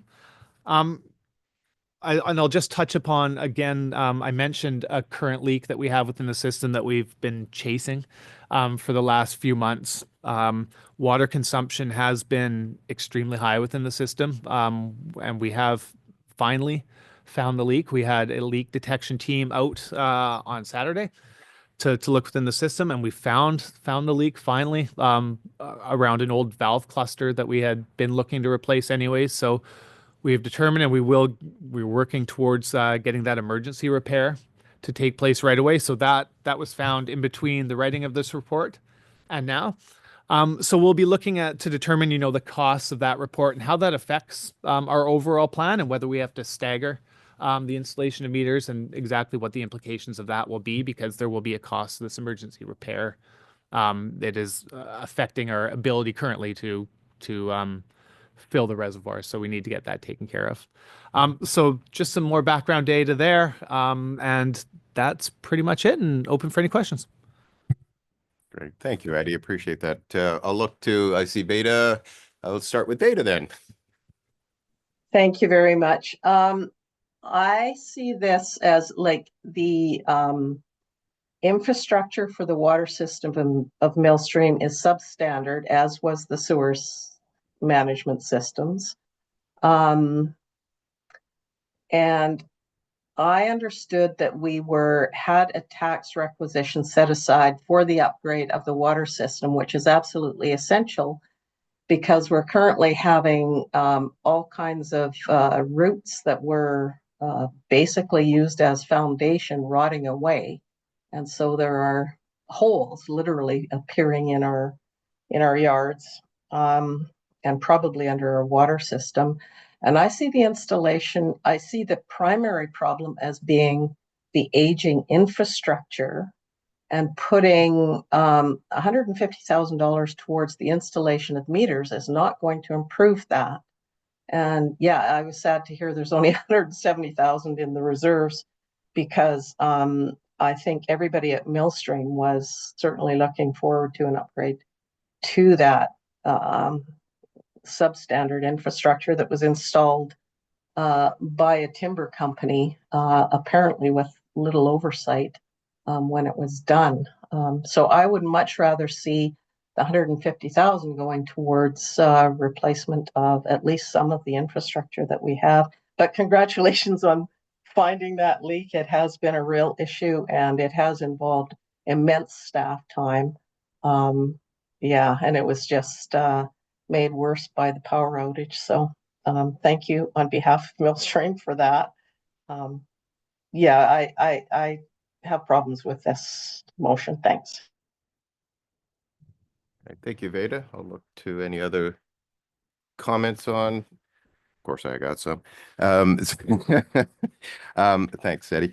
I have a couple of things, and thank you, Veda, for the conversations around infrastructure and the issues associated with that, because I'll circle around and get to. I will be supporting this motion because water meters are part of the upgrade to that infrastructure, and infrastructure also ties in with our budgeting process. And when we look at some of the issues around infrastructure, it's going to tie into the billing structure, which is the gist of what I will be talking and asking about. One of the things that we just finished not too long ago at the District of Tofino was looking at our utility billing, and specifically our water rates and service fees. And it's extremely complex. Thankfully, we had Nyla to go through that with us, because it is not a simple math equation that one would think. So there's a lot to be considered, and I know you've talked about the flat rate and looking at a consumption level based onto that. And one of the things that we look at when we have a flat rate is to make sure, because conservation, ironically, when you pay for water and you have a conservation ethic, you have less revenues. So you have to be cautious about making sure that the revenues you have are going to, in fact, cover the costs of that service. So it's one of the big red flags when I looked at, I'm glad to see that the flat rate would be held there, but we really have to look at what the actual cost to the delivery of that system. And that brings up the point that Veda has alluded to, is the infrastructure issues that are associated. It's a very small small user group. It's a 50-person, roughly 50 households or 50 users onto that system. So when we look at the infrastructure costs that would be associated with that, I can only guesstimate that they would be astronomical for those 50 users onto that system. So that being said, we still, one of our key mandates is to deliver that service to those residents. So I want to make sure that when we have our conversations around financing and we're looking at the cost of the delivery of the service, we also have to look at the long-term implications of that asset there. And so we want to be looking at ways, and I'm not sure, and if Terry or maybe Jenny might be able to answer, ways that, and I know we don't have a tax requisition specific to that, but I'm looking at those capital reserves that may be and necessary to mitigate some of the long-term pain, a little, death by a thousand cuts, as they say, as opposed to those massive infrastructure costs that we look at. And so I don't know if you're able to comment, maybe I'm looking up to Jenny or to Eddie around ways that we can ensure that we have sustainability within the asset management aspect of this system. And then maybe, I don't need any comment on the rate service or the fee service for that service, other than the fact that it is a critical component of making sure we get it right, and it's not a very simple equation, as my learning curve went up massively on this. So I'll look to Eddie maybe for comment, and if Jenny has anything to add in there, I'll look up to her. I can see her nodding her head. Perfect. Yeah, and thank you, Chair Steer. I'm sure Jenny will after, because Jenny is a wealth of knowledge when it comes to water. We recently just underwent a similar exercise for Beaver Creek system and looking at a potential consumption-based rate system, and really ensuring that you were getting adequate revenue to cover everything when increased water conservation was taking place is a key consideration. And is something that staff would definitely ensure was taking place to make sure we are getting the revenues we need, which is at least $56,000. But when we look at the asset management plan, and I know a report was really heavily discussed in the 2022 when we raised the rates of what the asset management says we need to put aside for the replacement. And I don't have the number off the top of my head, but we were well under it. We currently put aside about $20,000 to $30,000 annually on a good year. So if we don't have a lot of emergency costs, we're able to put that towards the capital replacement fund. But when we talk about large-scale infrastructure replacements of the system and water mains, and the standard of replacing to a 6-inch line, now we're looking at about $700 to $800 a meter for the installation. And there are approximately a kilometer of water mains within the Millstream system.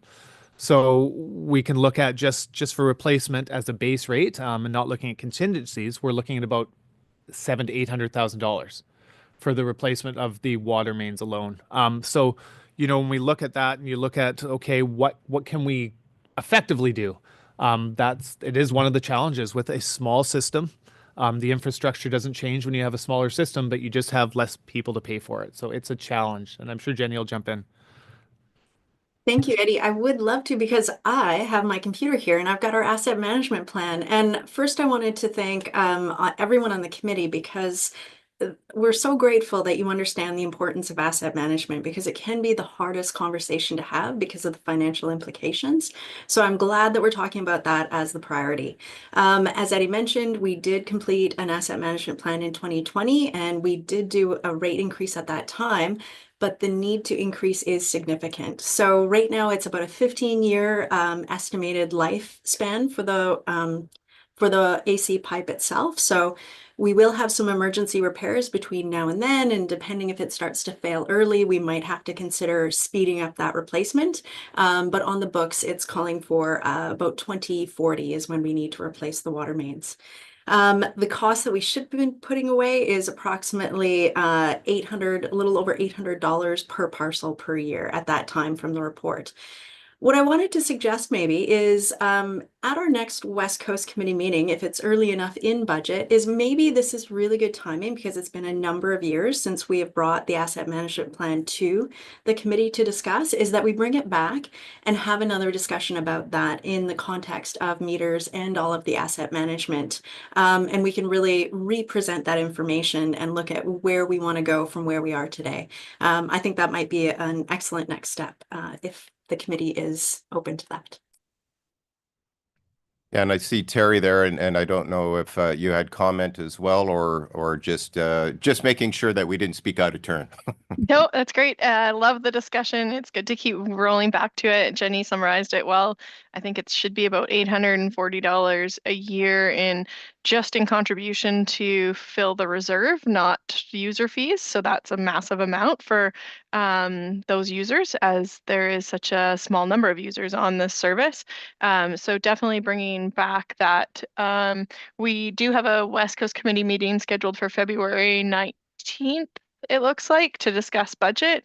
And so I love the idea of we'll do a little bit more of a deeper dive into the alignment of the asset management plan as part of that budget discussion, because we could also hopefully be proposing rate increases at that time as well, because they'll need to align into budget. So yeah, no, great discussion, but I will just state that most of our reserves are in this situation. Like if we go to the Long Beach airport, we're having the same chat about lack of funding in the reserve and reliance on grant funding. So that definitely needs to continue to be a conversation, and we are hoping to ramp that up. But it is challenging in a regional district environment because it's easy to think service by service, but there is in each area only one pocket from a taxpayer.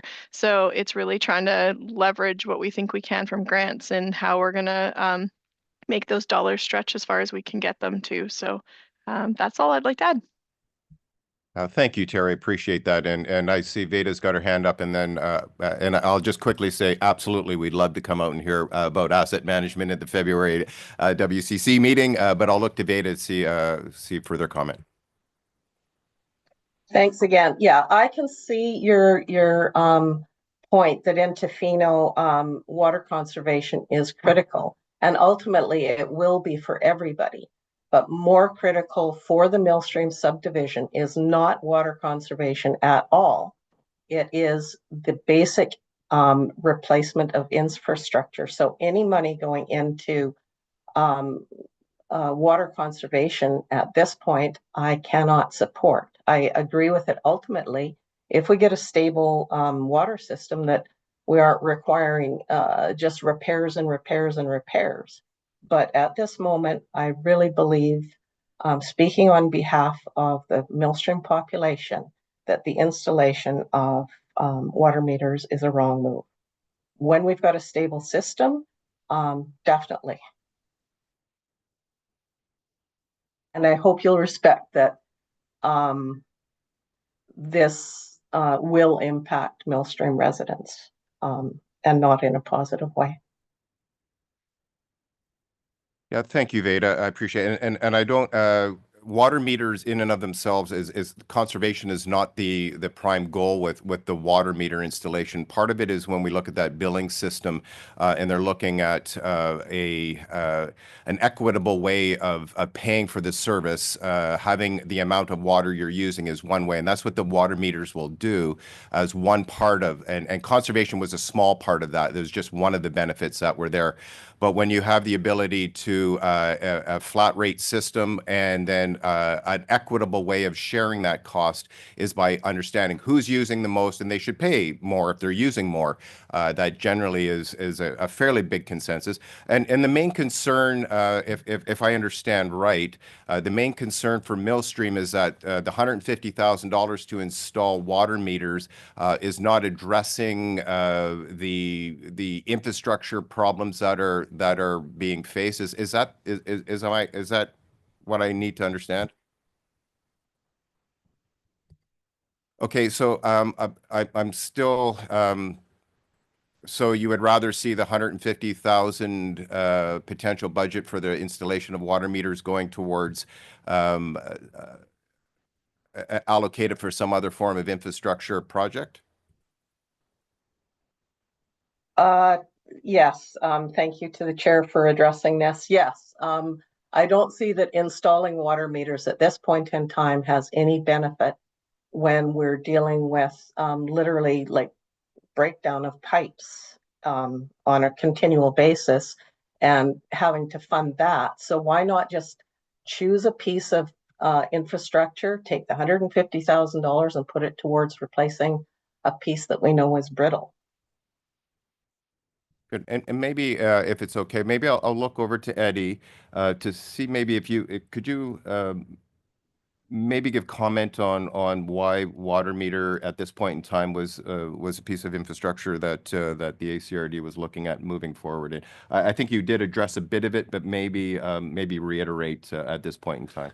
Yeah, and thank you, Chair. You know, I think when we were looking at it, it was a way to ensure that the system is functioning correctly. If that when there are leaks, we are able to find out where they are. It's also a way to get into the system and make those infrastructure repairs that you are talking about, Director Siga. You know, it's replacing the blue tough tube, which is the primary area where we've had leaks. We actually, like within the system and the ACRD and the Millstream water system, we worry about the infrastructure and the water on the public side. So once it crosses over to private, that's the homeowner responsibility. And that's where a lot of the leaks within the system have been. They've been on the other side of the private line. We have been okay within the system. This last leak, notwithstanding, of course. That's kind of what we looked at when we were looking at the water meters. It was a way to make that jump towards the infrastructure improvements without the huge costs of the replacing of the water mains at this time, given the lifespan we have remaining in them. Great. Thank you, Eddie. So as part of the infrastructure upgrades, water meters would at some point be part of that? Yeah, it'd be a part of the overall asset management plan. I think Jenny's suggestion to kind of bring this back potentially at the February meeting will give us time to look at that larger infrastructure and asset management plan long term, with a little bit more of a deeper dive, taking Director Siga's comments into hand. And I don't think this is something we need a decision on right away. We can come back at that meeting with more information, with the asset management plan, with a more detailed financial plan. Great, thank you. And that was going to be my suggestion. I'm looking up at Veda. She's shaking her head. Did you have a comment there, Veda? Thank you very much. I move to defer this motion to February. Thank you. And I'll look for a seconder. Thank you, Kirsten. I'll call the question. All those in favor? Oh, before we call the question, looks like a couple of comments. We'll go to Marilyn here for a comment. Thank you. Through the chair, one of the benefits of the water meters from the notes I took when Eddie was talking was identifying actually the location of the water lines. And so I see that as a benefit to start this whole process of replacing that aging infrastructure. Yeah, thank you, Marilyn. Appreciate that. I think the suggestion from staff to bring it back to in February so we can have a lot more information presented to us, because the whole asset management conversation, as all our staff members have pointed out, is a critical piece that I think certainly on the West Coast here we want to have a more fulsome understanding of that, and then it might give us a more informed decision in terms of specifically the water meters, but maybe that long-term management of the asset up in there. So with that being said, I will call the question. All those in favor? Seeing none opposed, motion carried. Great. So that brings us, let's slip over to the other piece of my paper agenda item. I think we're getting near the end here. Yes, we are. Oh, we got a couple of reports because one of my favorites, let's talk trash. What is Waste? Report and presentation by Inglacia Burns, if I pronounced your name correctly there, but it is one of my favorite topics, so this is awesome. Excellent. Thank you. And thanks for sticking with me at the end of a long and very dense meeting. Thank you for the invitation to be here.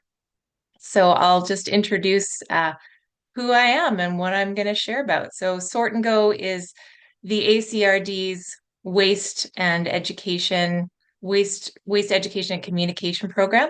And Let's Talk Trash came on board, hired by the ACRD in February. So the first thing I'd like to share is that there's really a similarity between the community that I actually calling in from and call home, which is the Cathett Regional District, where we've actually worked for over a decade. And we're a remote community. It's 2 ferries to get up here. We've got 20,000 people. We work very closely with the Cathet, within the Cathet Regional District with the Tla'amin Nation, and in whose territory I am absolutely blessed to be, and am committed to the learnings, the unlearnings that are necessary for true reconciliation. We are also a coastal community. So a lot of the considerations, the concerns, the waste communications that are relevant to the West Coast are things that we are familiar with. So as I mentioned, we came on board in February, and the first thing we did was take a trip out to the West Coast and really get a lay of the landscape, visiting all the facilities, getting to know key players within the community. And one of the first impressions that we all had was really seeing how much material for education is already in place through the ACRD. It just hasn't been fully disseminated, or it's getting buried, and there's brochures that are beautiful, but they're laying on a desk somewhere. So some of it is just about updating these resources, and a lot of it is about getting it out into relevant audience. So I'll just go through some of the things that we identified as priorities basically for this year. So since February, one of the areas or the groups of the population we've been reaching out to is vacation and short-term rental sector. So specifically small rental facilities, small rentals that are 4 units and less. The reason being these are able to access Recycle BC's both curbside and depots because they're not considered a business per se or institutional. So just getting that kind of information out to property managers and the right ears. Part of the resources that are already in place are these magnets that you can see on the screen here. So these are available to put in, say, an Airbnb, and part of the education we're hoping to offer is sharing how to set up a recycling sorting station that's easy to use, or how to mitigate fruit flies in a kitchen catcher at a staff housing.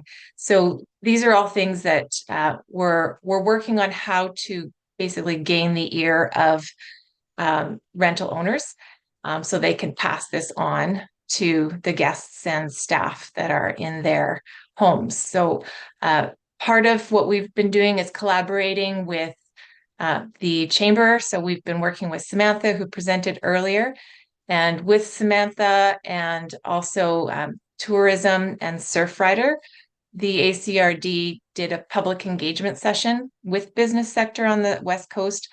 Specifically, it was more broad for zero waste issues related to business. And in the future, what we'd like to see is something that's more hands-on practical tools for this sector. That said, it's hard to get busy people to come out to a meeting, and attendance was challenging, even for that engagement. So one idea going forward would be to create video reels of education around how people can set up proper waste sorting systems and on their own, and that they can watch that at their leisure. And we've also been working with Surfrider and WildSafe BC. We had an opportunity to edit the vacation rental toolkit that Surfrider is just putting together. It's just about to be released, or has been, and lots of great tips for rental owners. WildSafe BC came on Tough Radio with us, and also Surfrider, talking about how to do all the things that Bob talked about in his great presentation. He also said he would retire during that presentation as well a number of months ago. So he's talking about outdoor enclosures, electric fencing, and the like. We finally got into the Tofino Times, and we've had a few publication contributions there, which is just another way of getting the word out. We hope to have a presence at the airport going forward. When guests come in to the community, that one of the first things that they see is the Sort and Go program branding. even if it's not accessible within the unit that they're renting, it's still putting it in their consciousness. It's really reminding them to take care of what the beauty that they've come to enjoy. And it might even trickle upwards to the rental owners when they communicate, I'd really love to have seen compost in my unit, for instance. We are hoping to get a display at tourism, so just highlighting brochures that are already created. As I mentioned, we have a spot on Tough City Radio. It's super fun, really enjoy our interviews with Cam and Kim. We're trying to highlight local waste management, were people involved in waste reduction. And one of whom was the Ocean Plastics Depot coordinator, Benoit. He came in, and we had Pete Clarkson, who's always entertaining, great storyteller. You can see one of his ocean debris works of art there on the screen. We had Lily come in from Surfrider, who is just so passionate, and Surfrider is doing so much work internationally and within the community. Tofino has been an incredible leader within BC. And also we've had ad spots on Tough Radio, and instead of having them be like boring background noise that people tune out to, we chose to use children's voices. So hearing things about waste reduction from the mouth of the future generation who will inherit what we're leaving behind has a different impact for sure. We've thought about having contests going forward. We're still working on ideas for that, but to get greater participation and listenership even. So speaking of children, the school district is often what we think of when we think of education. One of the things that we identified this year was haulers for organics. So now that might not sound like the most exciting thing. It actually really is. A lot of small communities don't have waste haulers for organics. So the fact that there are people within the community available to do that, offer that service, is quite exceptional. And Ucluelet Secondary School is already receiving a pickup. So it is the elementary schools that haven't yet fully engaged in that. And so that's something we're promoting and encouraging. We also participated in Pro D-Day, where we prepared a lot of resources related to field trip options, to waste reduction facilities, or to the organics processing facility, lesson plans like microplastic, toolkits that are available to use, school-wide campaigns, things like the end of the year school roundup of supplies that students might otherwise just trash, keeping it for the new incoming students the next year. So while these are all great resources, it was hard to know how deeply we penetrated into the school district because it was remote, and hard to know how much impact happened there. So we see an in-person visit being really key. And one of the things that would be really the focus for us if we returned to the school district for a Pro D-Day would be a waste audit. So a waste audit really means that you're collecting the waste produced for about a week and then getting right in there and looking at what has been put into the garbage, often incorrectly, or because there's no option for diversion. So separating things into categories, lots of learning opportunities there for students. You can work on math skills, you can work on environmental studies. So there's just lots of educational opportunities there. And also it just really educates the staff as to what could be done differently, and starts to have people ask the question of what do we need in terms of a system in place in the school. This could be supported by the work experience program, or outreach to the schools could be supported by the high school students work experience program. We haven't yet made full inroads there, but would love to harness that work experience for credit program that exists in the ACRD. having those students get mentored by Let's Talk Trash about the whole waste shed and everything involved. And we would encourage them to also get out into the schools and become educators themselves. So there's the beanbag toss game, which you'll see in a future slide, that is always really fun for the elementary school students to work at sorting with. Recycling solutions are something that the ACRD are looking at for schools because schools are institutions. Not all aspects of recycling are available to schools. And we're currently in conversation with Recycle BC about a potential pilot to address some of those service gaps. Community awareness for First Nations has been a priority and a privilege. We've been working with the Tlilquet Nation. They have a newsletter every month. So we've been creating content and wherever possible inviting language integration. We have some community champions within those nations where I am regularly calling Will Severinson and at the transfer station and asking him, what kind of communication are you looking for in the next month? What have you been noticing? And when the Pitsit and Tyastanis transfer stations opened up, we were in touch with them specifically around that. And what you see in the bottom right hand of the screen are some communications that were translated with the help of language experts in a Pitsit Nation, the Pitsit community. And Sachat and Ucluelet publications are now receiving some of our content as well. So wherever possible, we're hoping to cater specifically to each community as they express their needs. And what facilitates that is us having actual community champions in each nation. And training is available through ISWATAG, the International Zero Waste Association, who regularly does training on all things related to recycling, diversion, you name it. So if you have anyone in your communities that would be a great candidate for that, someone in operations, for instance, please let us or ACRD staff know. So community awareness goes beyond, it goes into social media campaigns, which we have been creating. So you can see some of the examples of posts that we've created.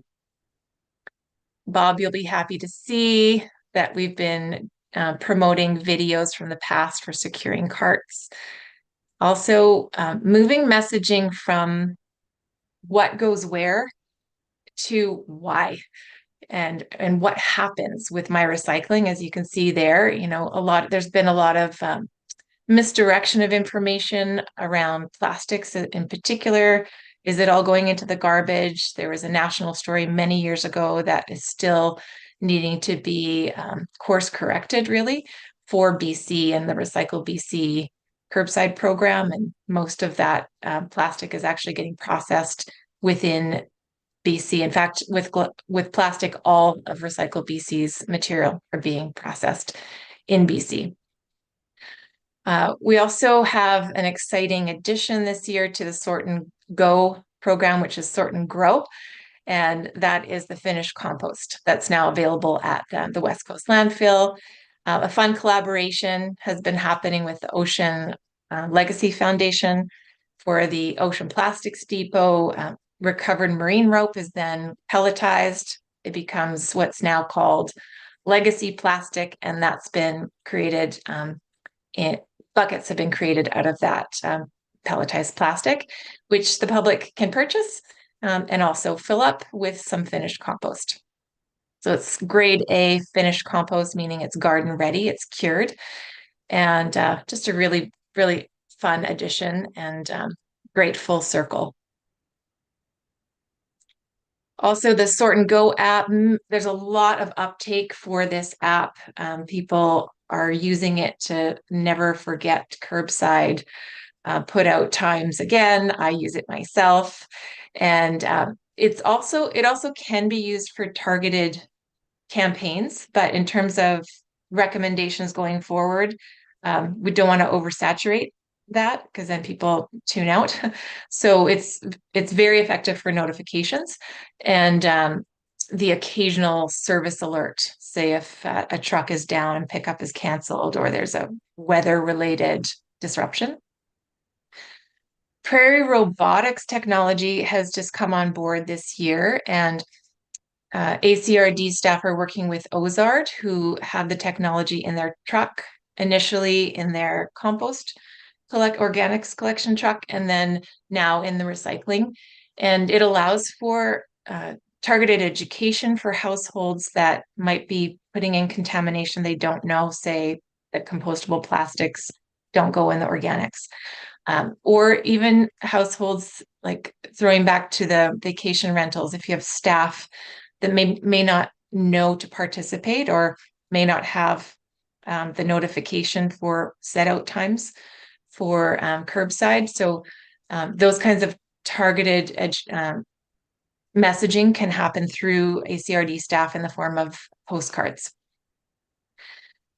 As mentioned, we're shifting in the year forward, going forward from what goes where to why. So that also includes, why do we remove organics from the waste stream from the landfill? And it's related to methane gas and remaining landfill space, for instance. So educating about those aspects of the waste shed has been something that came up specifically during the solid waste management plan engagement sessions recently. We would also like to look into or recommend looking into a contest to have user generated content. So one Let's Talk Trash or Sort and Go educators can only be in, one place at a time, and yet users can be wherever they are and create content motivated by, say, a night at Black Rock Black Rock Resort. So we're looking into that, and they can start educating each other. And we also would like to educate the educators, because inevitably people working in the landfills, people who are at depots are right on the forefront of public engagement. And sometimes there's gaps in their understanding, or just things are updating all the time when it comes to recycling, for instance. So keeping them up to date through a training session in the new year is something that would be beneficial. Speaking of not being able to be everywhere at once, having community champions out in the community who are trained, like the high school students. And also we have a number of other trained individuals both in the Alberni Valley and West Coast to go out to events. We had actually Benoit from the Ocean Plastics Depot for a time, and then he got quite busy. But we've had a presence either through Let's Talk Trash or the champions at Whale Fest, which was a real blast to be there. And I must say, it's the West Coast people are passionate about waste and really keen to get right into the nitty-gritty of how to go to the next level of diversion, which is just a real pleasure to experience. We are asking ourselves where it's best to have information booths. Farmers markets are great. It often tends to be preaching to the choir. So going forward, again, just asking what's the best place to reach the unreached, essentially. And we're asking our community champions too, if they have specific access to a subset within the community that they're passionate to connect with. And having a focused outreach topic is very helpful, rather than having it too broad. But having a question for engagement is often really helpful. And I'll wrap up here with what else we recommend going forward is also zero waste events. Let's Talk Trash has worked with the Cathett Regional District in developing resources for that. So that can be in the form of signage for bins and very specifically training bin monitors to be present and assist the public when they come to dispose, because otherwise it becomes a bit of greenwashing and kind of every bin is landfill. unfortunately. So it's about educating and having really good signage as well. And monitors are a great asset, as well as guidelines for vendors, so that long before the event ever takes place, vendors know what the expectations are, and developing resources for them could be a great asset. I think I'll wrap up there, and open up to questions. Thank you so much. If maybe you could take your screen share off, if that's possible. You bet. Thank you. Appreciate it. I'll look to the committee to see if there's any questions or comments available. I'm looking here. I can't see if up on the top screen. I don't see anything. Don't see anyone there. Looks like Veda's touched off into space right now. It looks like Earth to Veda. I just wanted to really thank you. And you know, one of the things that just quickly came out of there was the challenges around ICI. And I think that's something that at the Solid Waste Management Advisory Committee that we've really identified. And that's come out in some of the engagement processes through the electoral area directors conversation. So thank you for bringing that up. Appreciate all of the work that's being done in terms of the communication, getting the word out there. It is something that's been growing over the coast here for years now, with all the improvements out at our landfill and all the sort and go, all of these things in the last 5 years has been really an incredible feat. Thank you so much for the presentation and keeping us informed of what's going on in our hometowns. Yeah. Thank you. Take care. Thank you. I'll finish off today. I don't know if Liam is still on there.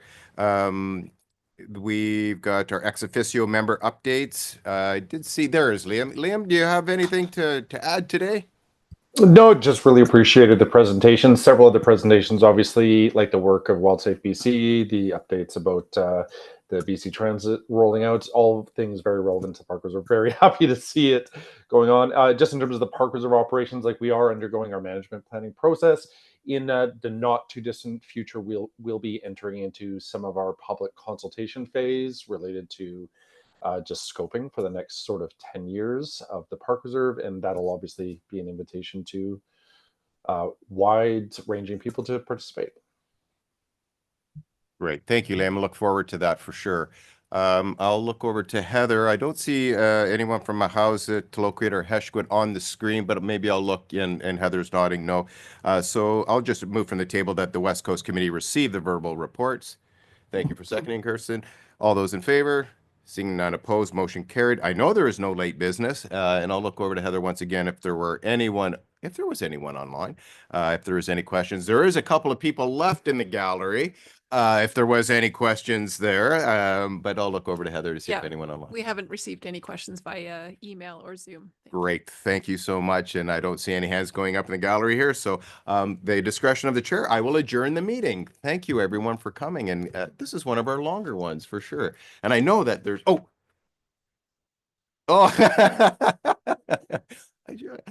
great. Thanks, everyone, for joining online, and take care. I think there's some food out here that I'm going to go enjoy here at a community event here. Take care. Thank you, everyone. Woohoo! Sorry, Liam, about not understanding, like Dave is your label. So